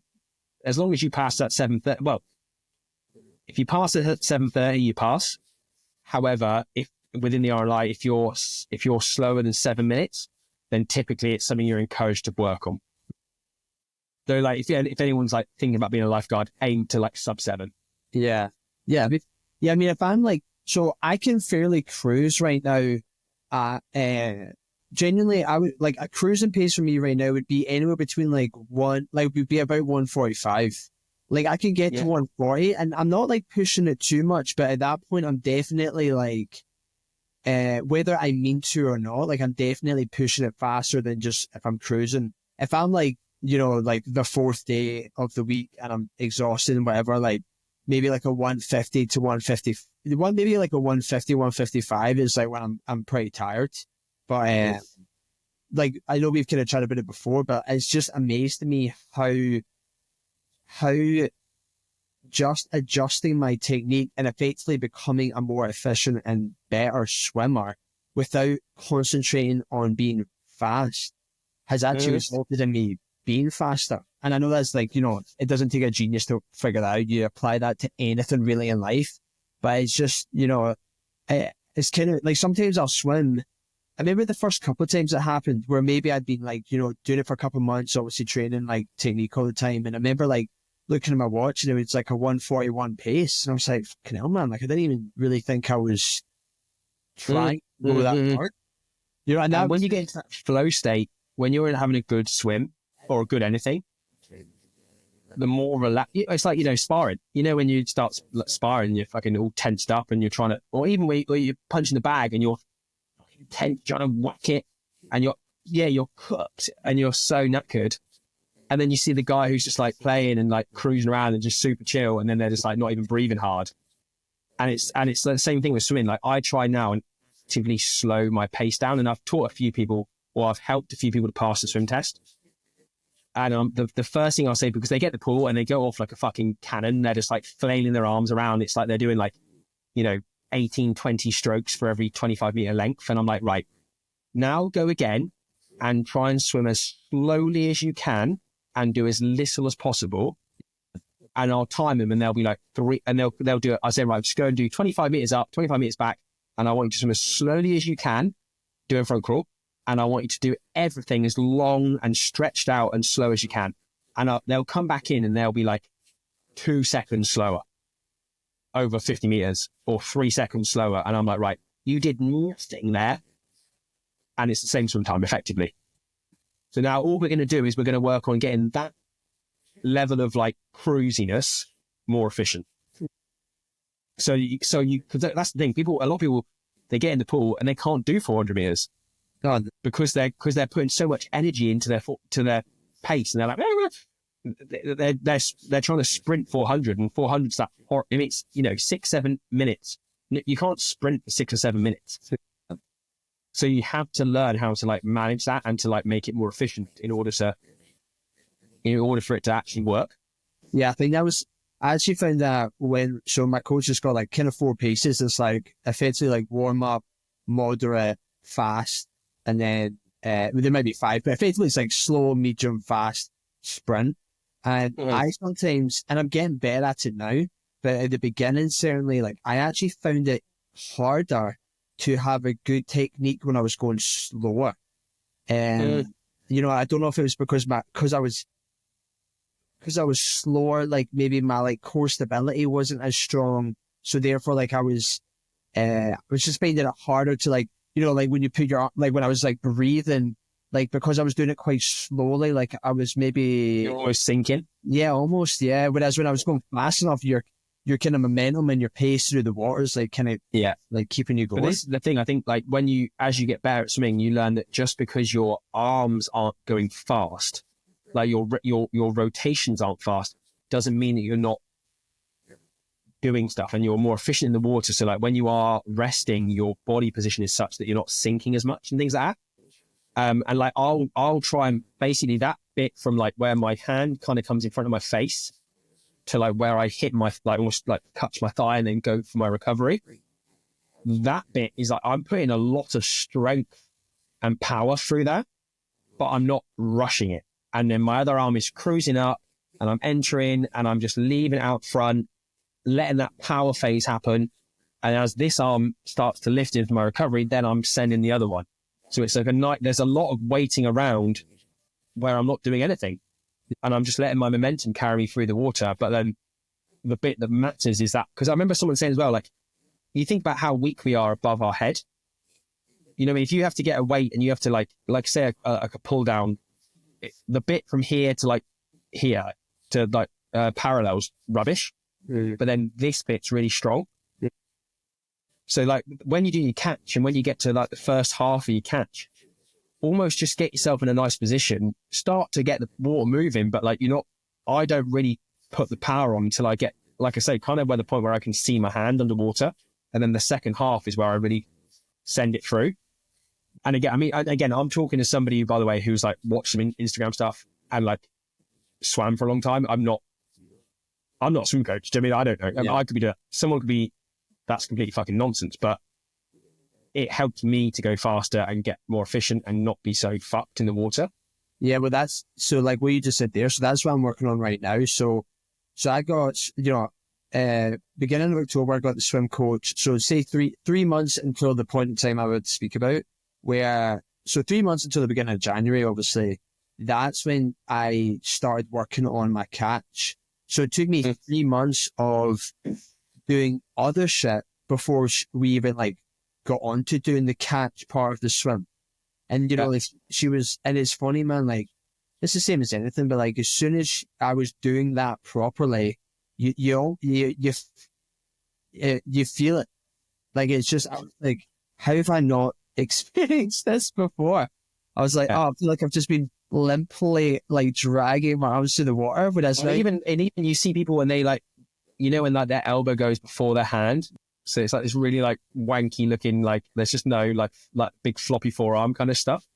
And I think that's maybe like my, with all the things I've done, like school teaching and surf coaching and like lifeguard training and like that kind of stuff. Like I feel like my kind of like one of my key skills as a person is the ability to like, one, I feel like I'm relatively aware of my own body.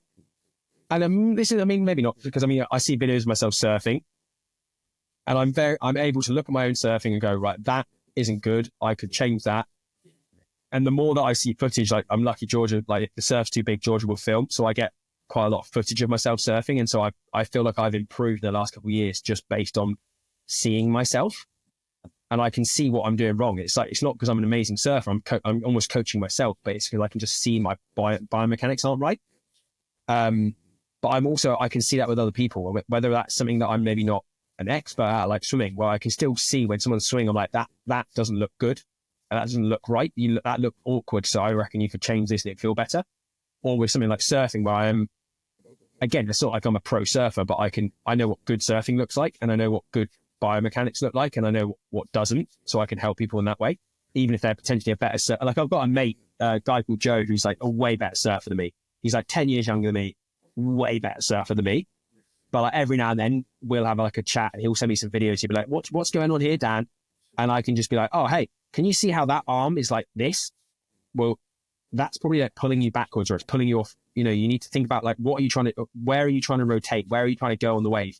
Where are you trying to put pressure on the board? And I can sort of say, maybe try this. And then he'll send me back like a clip in a few months' time. Be like, oh, it feels way better. And it's not something that I can do. I can't do that on the surfboard myself, but I can see that what he's doing, what he's trying to do, I can normally have some kind of like, hey, maybe try this and this might help.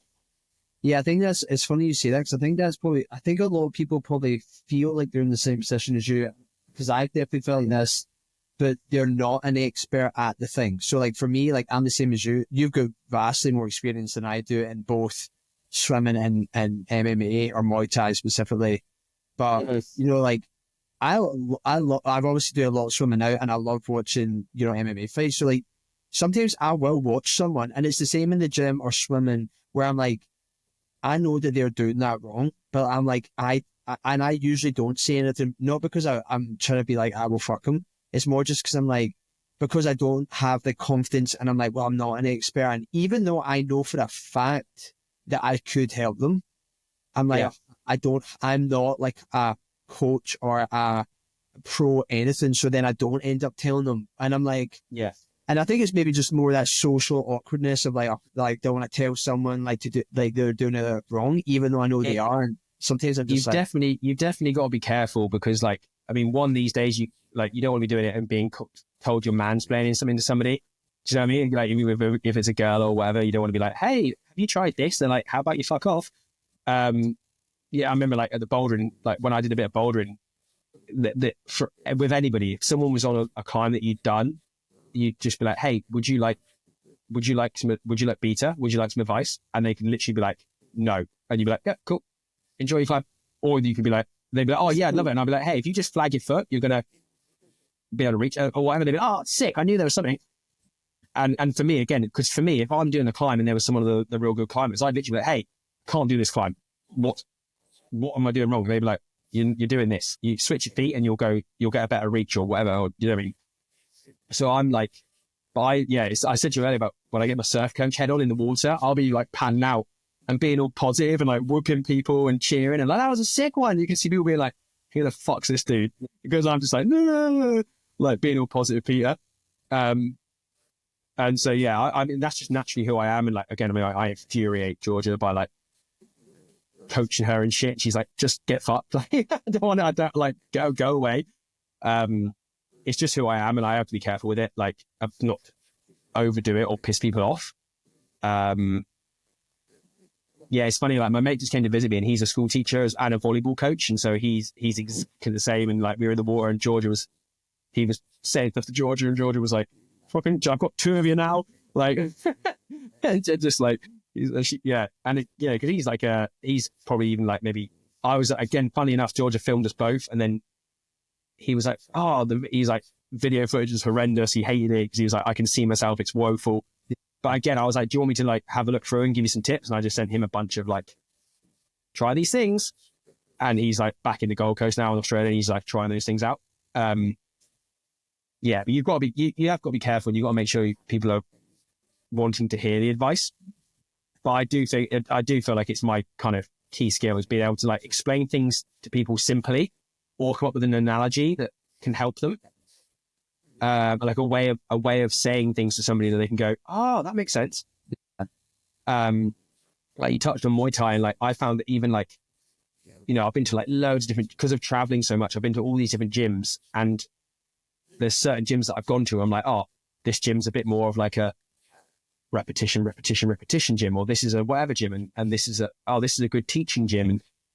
And there's been gyms where like I feel like I've ended up being popular with like the beginners because I'm willing, again, and not that I'm an expert or not that I'm even that bloody good, but like they'll be struggling with something, and the coach is like, hey, you're not doing this, you need to turn your hip, or when you punch, you've got to punch from the ground and all this stuff, and you'll turn your hips into your punches and your kicks, and you can see they're like, oh, what? And I'm like, right. So then I'll be like, right, don't kick the pads, kick through the pads. Aim to put your hip through. So you're going to rotate right round past me. You're going to push me over there. And they're like, okay. I'm like, right, now think about your shoulder. I want your shoulder to literally look at me as you do the kick or the punch. And so you can break it down and give them little bite-sized chunks so they can go, yeah, okay, that's cool. And we'll just do a round of that. And I won't. And I've got to try and remember, right, don't give them too much because it'll blow their head off. Just cool. We're just going to like twist our arm, or we're going to twist our hip, or we're going to rotate our foot, or I'm thinking now about like a rear kick in Muay Thai. Yeah. When you got to really like, you're going to step off the line, lead with your hip, turn your hip over, counter rotate your arm, cover your chin with your hand, turn your toes at the last second, push through the body of the kick. And you've got to give that to people at like bite size. And I'm able to do that and say to them, hey, imagine if you were twisting like this, would you want to be like this? And they're like, oh no, that sounds weird. I'm like, yeah, exactly. That's what you're doing when you're punching. And they're like, oh, okay. So I'm like, right, try this. So that, yeah, that makes sense. Or imagine there's a line between my chin and your chin. So when you throw a punch, you're going to throw your punch straight in line with my chin. And then you're going to bring your hands straight back to your chin. And you're going to imagine there's a bit of washing line in between the two. So you just got to go out and straight back. It can't go anywhere else. It can't go down. It can't go up. It can't come around in a circle. It's got to go bing, bing, straight line. And then they're like, yeah, that makes sense. I'm like, right, cool. Just do that. That's all I want you to work on. Every time you punch, it goes out in a straight line. It comes back in a straight line. Then goes, and I want to say, you're going to touch your chin. Every time you punch, it leaves your chin. It goes back to your chin. And I know that's too much. You don't really stand there like that with your fingers on your chin. But for a beginner, they need to like almost have that physical reassurance. Did my glove touch my chin? Yes. Right. It's in the right place. Yeah. I was watching a guy in the Sally B gym, and that where they had the boxing bags, and I was upstairs watching this guy, and he was, it's funny you say that. So he was doing it, and you could tell that just from his movements and stuff like that, he was actually fairly good, but you could tell he was new at it. And every time he would like do whatever, and then every time he would do the classic, like it was like a twitch almost. He would like drop his left hand down and come up. And I felt like going over to him and saying like he made like because I could see it was fairly obvious. Like every time he did anything, he would drop it and bring it. Like it was weird. I think I put it at the beginning. But anyway, I think as well, a lot of people that if they've only trained on bags like that, yeah, you've never been like you just need to get punched in the face. But even again, if you're a Muay Thai gym and you see that, you can be like, hey, just so you know, you do this. And then after a round, you go, right, if you keep doing it, I'm going to start clocking you with the Muay Thai pad. And then they'll soon keep those hands up. That's what happened to me before I went sparring. I was just in the classes, and Travis would be like, like, take your head off the line. And it wasn't like I was consciously being like, oh, I'm not going to do that. But you're doing other shit. So you'd be like, you'd forget it and you wouldn't really think about it. It wasn't until I went sparring and I would get clocked for not getting off the line. Then you'd be like, it drastically changed my efforts and perception when I was doing the drills in the class, because then I was like, you actually almost felt you could notice the people who went sparring, because they were the people who were like really like moving their heads off the line, as opposed to like me at the beginning where you're just like bang, bang, bang, and you're just like straight, your head's not moving. Yeah. Well, it's because you know there's no repercussions. And I think, again, like once you get to a certain level, if you get a good pad guy, the pad man will make the pad work as close to sparring as he can. So whether that's where he's throwing his shinies on, and then every time you do a combo, you know that every 50% of the time you throw that combo, he's going to throw a kick. So you're going to finish your combo, you're going to step back into your stance ready to check that kick. Yeah. And if you get a beginner pad person, they're like, oh, let's just do, jab, cross, hook, jab, cross, hook, jab, cross, rear kick, jab, cross, hook. And you're like, boring. But then if you get a good pad person, they're like, they're not even saying anything. They're just showing you the pads. You're hitting the pads. They're then throwing something at you. So you've got to like check it and guard yourself. And then, you're just flowing, and it's like nearly sparring, but not. But obviously you can't just be like blindly throwing combos with like no awareness of what might come back at you. Because then as soon as you get sparring, you're like, I'm going to do my combo. Here it comes. Jab, cross, hook. And you go, oh, this guy's defended a million jab, cross, hooks, and now he's going to fucking welt me. Yeah. From all the gyms that you've been to, then, like, what if you were to build a Dan Holley MMA gym? What would be the key? Like, of all the ones where you've gone, like, they've got hard sparring, they've got light sparring, they do drills, they do this. What would be your perfect? Well, I mean, I'd preface it by saying it'd be just Muay Thai, because I don't know the first thing about training MMA. Yeah, fair. Muay Thai gym. Yeah, it'd be just Muay Thai. And at that, I don't know the first thing about training Muay Thai. It's just experience. Like teaching styles, I guess. More of the teaching styles. It would be, okay, so I would take, I think, so the dark horse was really good. Like the quality of the instruction doing the pad drills was really good. But I found that it was the same. It was like, every class you were going to go in, you were going to warm up, you were going to do pads, and then you were going to do maybe something a bit exciting at the end. And I would perhaps put a little bit more variety in. The gym I went to in Australia was also very good.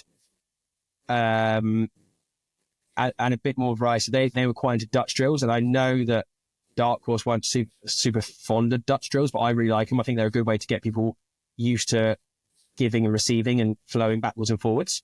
So what is the Dutch drills? Do you remember when we did in the gym where like I do a combo to you and you defend yourself, and at the end of the combo you do a drill to me, a combo to me, and I defend it. So and you can build it up. So if you've got complete beginners, you can go, right, you are not allowed to throw more than 2 shots. So it could be jab kick, it could be 1-2, it could be jab, cross hook, it could be switch kick, leg kick, body kick. That's it. Do you know what I mean? So then the person defending knows they're only going to take 2 hits. So they're looking through their gloves. Here comes a jab. I'm going to just take that on the close guard. Okay, here comes the kick. I'm either going to go Dutch or I'm going to go leg kick. Cool. I've done my 2. That's it. Now they've stopped. Whew, I'm safe. My turn. What am I going to throw? I'm aiming to I'm aiming to actually touch the person. I'm aiming to hit them, not to hurt them, but to hit them. So again, I'm used to throwing the person to strike and to land. And that person is also safe in the knowledge that I'm only going to throw 2. I'm not going to light them up. And then I'm going to stop. And then as you get better, you can then go, right, now we're going to do 3 or 4, or it's open season, or it's just a combo. Or it could be a double combo, or it can be, it's a combo, but if that person throws a kick and you check it, you are allowed to throw a kick back straight away. So you can make it a bit more dynamic as you go. So I think that's a really beneficial drill. Right. Then the gym that I've got in the UK that I go to, they're also really good at mixing things up. I think it shouldn't just be like sparring on Friday. Because then you get all this fucking psychos that want to do sparring are there on the Friday and they don't turn up in the week, which I also think if you haven't been there in the week, you shouldn't be allowed on Friday. Unless you're like an outlier. You know what I mean? If you're like the gym's top fighter or something like that, you can do what you want. But like I'm saying, like the average Joe, if you haven't come to any classes that week, you don't get to just go play sparring on Friday. That'd be me being my strict teacher version of myself, but like, you're there to learn. Sparring's like, you know, but I'd also say that like, just do a bit of sparring in the week and say to the beginners, hey, don't worry about this. We're not going to kill each other. We're just going to do a bit of sparring. You know, gum shields in, shinnies on, you're going to be fine. Okay? Because again, like the whole point is you need to get to the point where you're being punched in the face. But also the sparring does not need to be, there's value in hard sparring. And I don't think I'd had enough hard sparring. Speaking to someone who hasn't had an actual fight, like I've sort of flirted with the idea and sort of been gearing up to it. But again, traveling and moving, you just don't get a chance to do it. There's definitely benefit to hard sparring for people to learn what their capabilities are and to learn that, yeah, you're going to get punched. It's going to hurt. It's okay. You're not going to die. And you've got to finish the round and it's going to suck and you're going to be panicking, but that's okay. You're going to deal with that. But there's also a lot of benefit to like really like Muay Thai style play sparring, you know, just real gentle, real light, real just like testing each other, playing, mucking around, breathing nicely. We're not getting, oh my God, I'm going to, there's none of that going on. You're not clenched up and it should just be like, we're playing with each other. Okay, cool. Now you've got a fight in a month's time, so you're going to hop in the ring. We're going to shark tag you in it. We're going to ramp that up.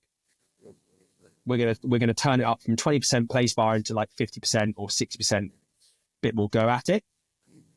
But yeah, I feel like like a lot of gyms there could be a lot more of like a sort of a road to sparring, like a pathway to sparring. That people aren't freaked out by it. Because I feel like unless you're doing, because like we just said with the pads, unless you're doing it against someone who's actively trying to do something to you, you don't know what's going on. Yeah, I think it's well, like having I've obviously only had the one experience with the gym, and I know I chatted about this with you before, but I think like to kind of like give to like back on your point there, like I think it'd be better to have like sparring throughout the week, so therefore that it's not just this one day where someone like me who hasn't done it a lot gets like a lot of anxiety building up for this fucking one day of the week, and then you're like, you know, whereas if I just like say the end of every class, not necessarily every class, but say every Tuesday and a Thursday, the end of the class, you had like, you know, a 5-10 minute kind of freestyle thing. Like I think it would take away a lot of the kind of like anxiety for beginners of like, oh, holy shit, you know, because it's just part of the regimen and the routine, and then as you say, slowly eases you into sparring as opposed to just like fucking end of the week. And like, as I say, I feel like, you know, there definitely needs to be, I feel like everybody who goes to Muay Thai gym should be able to access sparring at a level they feel comfortable. And then there should be like a situation where you're like, hey, I've got a fight coming up. I'm going to spar with those 3 or 4 guys that I trust, that aren't going to throw a fucking knee through my chin, or they're not going to like randomly throw an elbow in the middle of clinch work or something stupid like that or whatever. And I can say to them, hey, I've got a fight coming up. Can we turn the intensity up?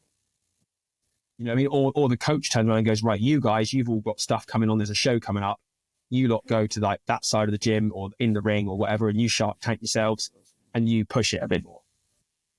Because, you know, you can't go into a fight having never been punched in the face, but like, you also can't go into a fight shitting yourself and being punched in the face. It's I think, a real tricky one.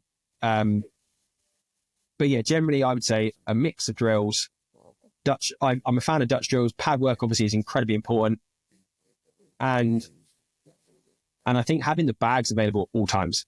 Like the last gym I was in at Nova Scotia, you came in, if the jiu-jitsu class was on, you just got on the fucking heavy bag and you cracked on. And again, you'd be respectful. Like if the coach was talking through some jiu-jitsu stuff, you would maybe like you wouldn't go, and like screaming and belting the bag. But then when they're doing their 5-minute roll, you'd just be like, cool, I'm going to hit bag and move around. And, you know, obviously you don't want all the chains going when you're, you know, when they're trying to talk, but you sort of tone it down, and then they'd be like, right, okay, 5 minutes, clock's on, you'd be back to hitting it bag. oh, clock's off, right? I'm going to go back to just tip tapping the bag. I go, clock's on. Bang, bang, bang. You know, that should just repetition. But again, having someone who walks past and goes, hey, mate, when you throw that hook, just so you know, you drop your hand off the chin. And that should be like standard. That should be like, fuck off, you dick. It should be, thank you. Yeah. Brilliant. I didn't know that. Yeah, I definitely think in that gym environment, like, again, we obviously went to Dark Horse together. I definitely felt like that was something that people would do. Like, I don't know if it's because, like, maybe you're all just, like, you're all doing the same thing together. Whereas I know obviously the Sally B, just the public gym here in Banff, like, I know technically everyone's doing the same thing together, but maybe it's just because Dark Horse was also smaller, where, like, you kind of had more of a relationship with people. So, like, if I would feel don't get me wrong. I mean, Sally B's weird again, because obviously that's just like a generic gym. So someone's chosen to go in and do some stuff on the bag in the corner. So it's not like you're not at a 5 gym.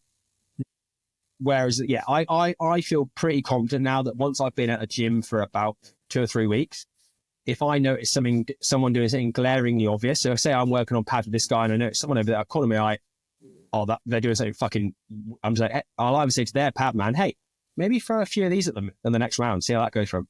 Yeah. Or I'll say to them, hey, just keep an eye on this. And again, I think that's me as an individual, as a character, like that coach thing comes out of me. Have you ever had aggro from a coach for doing that? No, but again, I'm also very respectful. Like, I've also been the guy that's turned around to the teenagers at the back of the class who are still chatting when the coach is talking. I've got, oh, guys, coach is talking, shut the fuck up. Like, I've got no issue saying that to someone. Do you know what I mean? I've been there a week, 3 weeks, coach is talking, and they're fucking nattering about going to the pub later. I'm like, oi, shut the fuck up. We're here. The coach is talking. Respect. Yeah. Do you know what I mean? Have you been and again, yeah, go on. I was going to say, have you been going to a gym in New Zealand? Or have you kind of... No, so I've made a conscious decision to not go to a gym here for the first time. Just because I had a bunch of things that, you were chatting about your back and your hip and stuff. And I've had a bunch of stuff like niggly little injuries. And well, to be fair, some were pretty nasty, but like I just couldn't shake them. And so that's why I asked you for that little weights program. And this is again, it goes back to what I was saying to you. I was like, I'm going to go to an actual gym and I'm going to do weights, which I haven't done ever. So I just said to you straight away, I don't know what I'm doing. What would you do if you were doing a very generic strength building thing? And I've just tried to do some, again, I'm not going bananas. I'm just doing like medium reps, medium weight. And I'm just trying to like iron out a few creases in my body. How you found it? Well, yeah, I mean, I can sleep every night, so it's pretty good. Yeah. I mean, I can go to sleep on the side without waking up in the night. I'm a bit scared about going back to the gym in the UK because it's going to be just like, I just know that I'm going to go back and I'm going to, that first clinch session is going to rip my head off. And like, I've got a month now where I'm going to be on the road, go around New Zealand, and I'm going to try and I'm going to basically switch from doing the weights at the gym to doing like a basically pre-Muay Thai daily workout where I do like neck raises and press ups and start to move more into like the like leg raises, like stuff that's going to be relevant that gets my body back to like Muay Thai stuff. Just because I'm very aware that if not, I'm going to be in a shit state when I start. Yeah, but that's kind of what different sport, but I kind of did that after we chatted. I actually changed my own weights thing to one that's supports swimming. And I think that's a mistake I'd always done in the past because, like, for whatever reason, my kind of upbringing was I was more like a gym guy as opposed to like I ran into triathlons and stuff, but I was always, the gym was my main focus. Even if I had a race, I was like, if I had a day where I could, go to the gym or train for the race, I would go to the gym, which is bizarre now. But this is the first time in my life where I've like, the gym for me now is only to support my like actual like main passion or hobby, if you will, which for me currently is swimming.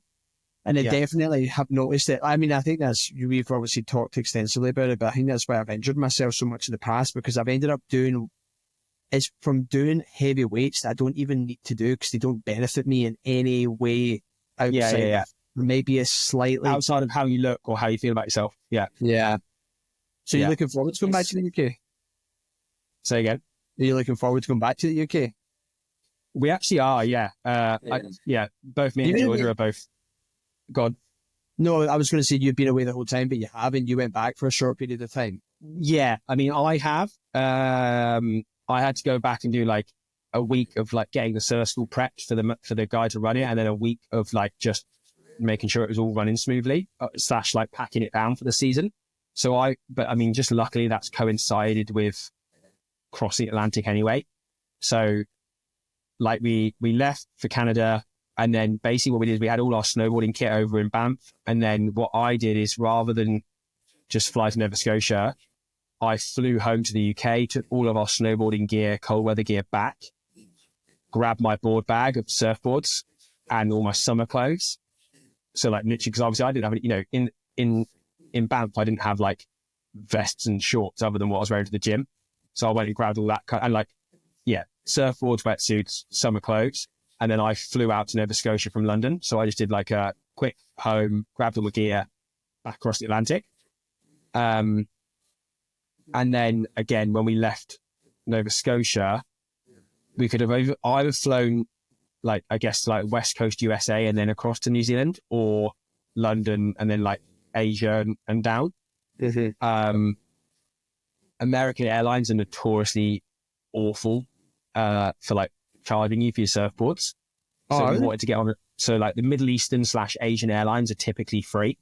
Yeah. Like they don't have like a surfboard policy normally. So they're like, yeah. So they're free. Basically, sorry, say again. So you can usually fly with surfboards for free if you pick the right airline. Well, you just got a weight limit. So as long as your board bag's 30 kilos. Right, okay, yeah. Sorry. Whereas Americans will be like, that's not a suitcase. Not Americans, American Airlines. And also like British Airways apparently is awful. I've never flown British Airways, so apparently they're awful. Where you just turn up and they go, oh, that's a surfboard. Sick. That's £200 per board. How many boards you got there? One. Can you open your board bag, sir? No. You know, so yeah. So you just don't want to go west with boards, basically. So we went the other way. So again, I had a chance to fly into the UK. I whipped home, literally stayed in the mate's sofa, just checked out the surf school, did a tidy up, you know, rinsed the wetsuits and stuff. Saw my gran, and then came across New Zealand that way. But yeah, we were saying like, we've been doing like, get to Banff, or do we need a car? Where are we going to live? Oh, we've got to get a Canadian bank account. Right. Okay. Now we're going to Nova Scotia. Where are we going to live? Are we going to drive across? No, we're going to fly. Okay. So you need to buy a vehicle over here. Oh, it's Alberta and Thingy Bob, Nova Scotia are different things. Like, right. So we've got to change all that over. Okay. Right. Cool. What job are we doing? Oh, we're doing this fucking job where we're working 1 million hours a day at the surf school. And also I own a surf school, so I know how much money the surf school's making and how much I'm making for the surf school. And I'm like, sick. This is fun. Now we're going to go over to New Zealand. It's like, oh, we've got to get a new bank account. Right, we've got to do this. Oh, we've got work visas. Okay, have they come in? Wicked, they're in. Right, now where are we going to work? Oh, we missed the lifeguard. You know, there's just, and again, we're talking massive first world problems, but like, we're just both excited. But not only that as well, but like, you're like, so we're in New Zealand, we're working, but we're like, oh, we're going to go to these glowworm caves and we're going to go and do this and we're going to climb this volcano, but we've got to get a hut halfway up. So we've got to pay for that. And oh, we should definitely go see this place. And we've got to drive over there and we've got to spend £100 on fuel. And we're just both excited to be at home, living in the flat, like my flat at home, and just not having anything we need to do. Just be like, oh, I've earned some money this month. I can go into the bank. You know, my nice normal British bank account, and I've got my car that just works. And I'm going to, oh, what are you doing the weekend? Oh, we've got a bit of work, and then we'll go to the local pub with our mates. We'll have a few beers and we'll go home. And it's not, you know what I mean? Just to have a year of it just being like easy. Yeah, I do. Yeah, I totally resonate with you, mate. I'm the same, like, you know, the whole 4.5 years that I've been in Canada, it was like I had a visa for 2 years, and then I had to apply for another visa for another 2 years, and then and now I'm applying for PR, and should I buy a car? Should I not buy a car? Am I going to stay? Am I going to go? Like, I've saved up money. I've got to train for my English test for the PR, and I've got to, And it's like, you know, we're also an age where, you know, like in our 30s, where it's like, you know, I've saved money, would like to buy a house, but am I going to need this money when I move back to the UK and I don't have a job for 1 or 2 months? You know, it's just like... And that's the same thing as well. I've had this weird, like, 18 months away, so I rented my flat out to someone at home, but obviously I've had to say to her, like, hey, it's going to be, I think, 18 months, so it's a weird amount of time, because it's not a year, but it's not but it's not like forever. You know, see, someone wants to rent a house with you, they don't want to be told they're getting kicked out in 18 months. But so, and then they're, oh, by the way, this is going on, or the back wall's damp, or, you know, like my dad's been sent round because the kitchen sink's broken, and you know what I mean? Like there's all these little, and again, it's not big issues, but you're like, oh, you know, she's just messaging me like, hey, I think I found a flat so I can move out a month before you get home. So if that's the case, I guess I don't need to pay that last month's rent. So I'm like, oh, great, I've got to find like a mortgage payment and a gas and electric, and you know what I mean? Like I suddenly have got like, you know, an extra sort of £800 to think about that I didn't think about a minute ago. And again, it's whatever. Do you know what I mean? Like you don't want to let it stress you out, but like we're just looking forward to just being relaxed for a year. Just chilling, yeah.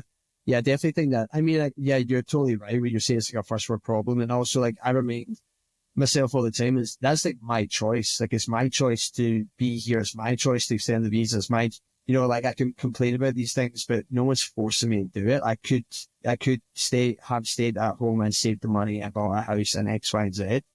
You know, and I'll chat about it with my other mates where, like, you kind of I'm looking at him, you know, he's married, got a house, got a kid, blah, blah, and I'm like, man, like, fucking wish I'd made that choice and I've got all that stuff. And he's like, well, yeah. Like, oh, that stuff terrifies me. Yeah, no, but then he's like, I look at you and I look at all the stuff that you've done. And he's like, you know, and I guess my point here is like, the grass is always like a little bit greener where you're like, oh, if I'd done this, I would have that. But then you forget that, well, I chose to do this and I've had all this stuff. Mm-hmm. Yeah, and that's the thing. You'll have mates back in Glasgow who have never, ever done anything like what you've done. And they'll be like, holy shit, like, look what you've done. I mean, you've gone to this like crazy destination. You've lived there for years. You're getting your PR, like, you know, you're planning to swim the English Channel. And it's like, what? And then they'll be like, what have I done with my life? But then you're like, oh yeah, but look, you've got your house and your mortgage is paid off in 10 years. And you know what I mean? And you've got your family around you and all this stuff and whatever else it makes, you know, and you've got kids now and stuff. And yeah, like everyone's got their own things. And it's funny, my sister, like when I was younger, like I think my sister basically, she was, you know, you're growing up. I'm 6 years older than her. So I think she just basically went, oh, well, I guess when I'm grown up, I'll just be like dad. So she was like, not like that, but like what I mean is like, you know, you're like, I was like, there was me. So it's like me, then my sister who's 3 years younger than me, and then another one that's 3 years younger again. Parents were clockwork. They were just, you know, one shag every 3 years. But so like the one in the middle, she was just from the day one, just like super brainy, always going to go to university, always going to go, you know, academic. That was just always her. And then the younger one was a bit more like normal, and I was a bit of a fucking idiot. So like, I think like so my youngest sister had like, do I want to be like Josie? Nah, she's she's just like, she's got her own little thing. So I guess she just went default like, oh, I'm going to be like Dan. Dan's obviously just like doing these jobs and he's traveling the world. He goes to different countries and he travels, and that's what I should be doing because I guess that's what you do. And then I think she basically finished uni, and then she met her partner, and basically now she's like got a stepdaughter who's 11 and a daughter who's 6.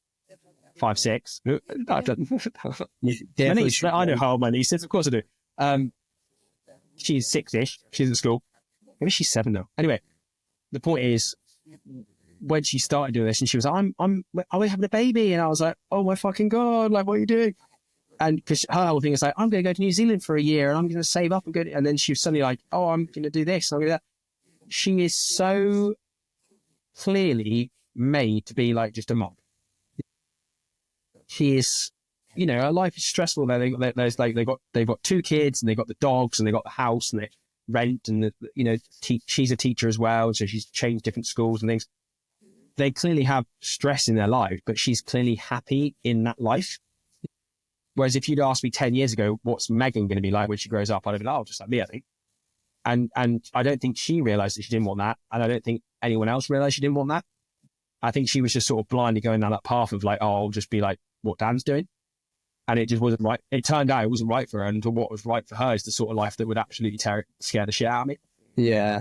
Yeah, I definitely like, yeah, I guess as you get older, you also kind of like mature and have different experiences that kind of point you in the path you want to go. And I maybe same as you a little bit when you kind of mentioned it a few minutes ago there, where like, you know, I thought, so I'm 31 now, and I remember always being like, oh, like by the time I'm 30, I'll like have a X, you know, have a house, have a this, have a that, and like, and now I'm like, I don't even know where I want to live. I mean, Yeah. you know what I mean? Am I gonna keep this PR going? Am I gonna stay in the mountains? I'm going to go to the UK, and then I'm going to go somewhere else. Like, I mean, the good news is if you're in Banff, that if you hold on long enough, you can be a USA citizen in a minute. So that's good, isn't it? Oh yeah, the great, what did Donald Trump call it? He called it the 51st state of the North or something like that. Yeah, perfect. Yeah. So that's great. You can be a fully signed up American citizen in a few years and keep going the way you go. Yeah. Funny, again, like you told me your sister, like I remember America was somewhere that never really, it didn't appeal to me. Like I don't like it, but I just was like, I never want to live there. I mean, you know, now, like, oh yeah, no. But now I'm like, oh, well, I mean, like there's parts in the, like, you know, Montana and stuff like that, which I guess is effectively just here. Alberta. Just Alberta, yeah. Yeah, I'm kind of the same as you. It never even occurred to me to do a significant amount of time there. Like, you know, obviously I've thought about like, a California surf trip or whatever, but like it's never ever been on my radar as like is San Diego like a big, or is it San Diego or San Francisco that's good? I think the whole of California. I'm not, again, because there's parts of the world where you could probably, like you just said about Arafana earlier, and I'm like, oh yeah, I know exactly where that is. I could drive there. You could drop me at the airport in Portugal tomorrow and I could drive to Arafana. But California, I couldn't put San Diego on them. No, near that. I couldn't do that. Do you know what I mean? But like there's other parts of the world where again, Indonesia, we could go to Indonesia together tomorrow and I could literally drive you from the airport to your hotel room. And I could draw on the map, this is Jakarta, this is Bali, this is Lombok, this is where Kuta is. This is, you know, if you want to get the ferry from here, that'll take you to this spot. Whereas, California, I couldn't do that for you. I was going to say my geography of a place is usually pretty bad until I go there. And then I'm like, because then you're like, oh, this is here and that. And then I had to drive to the west and then that was there.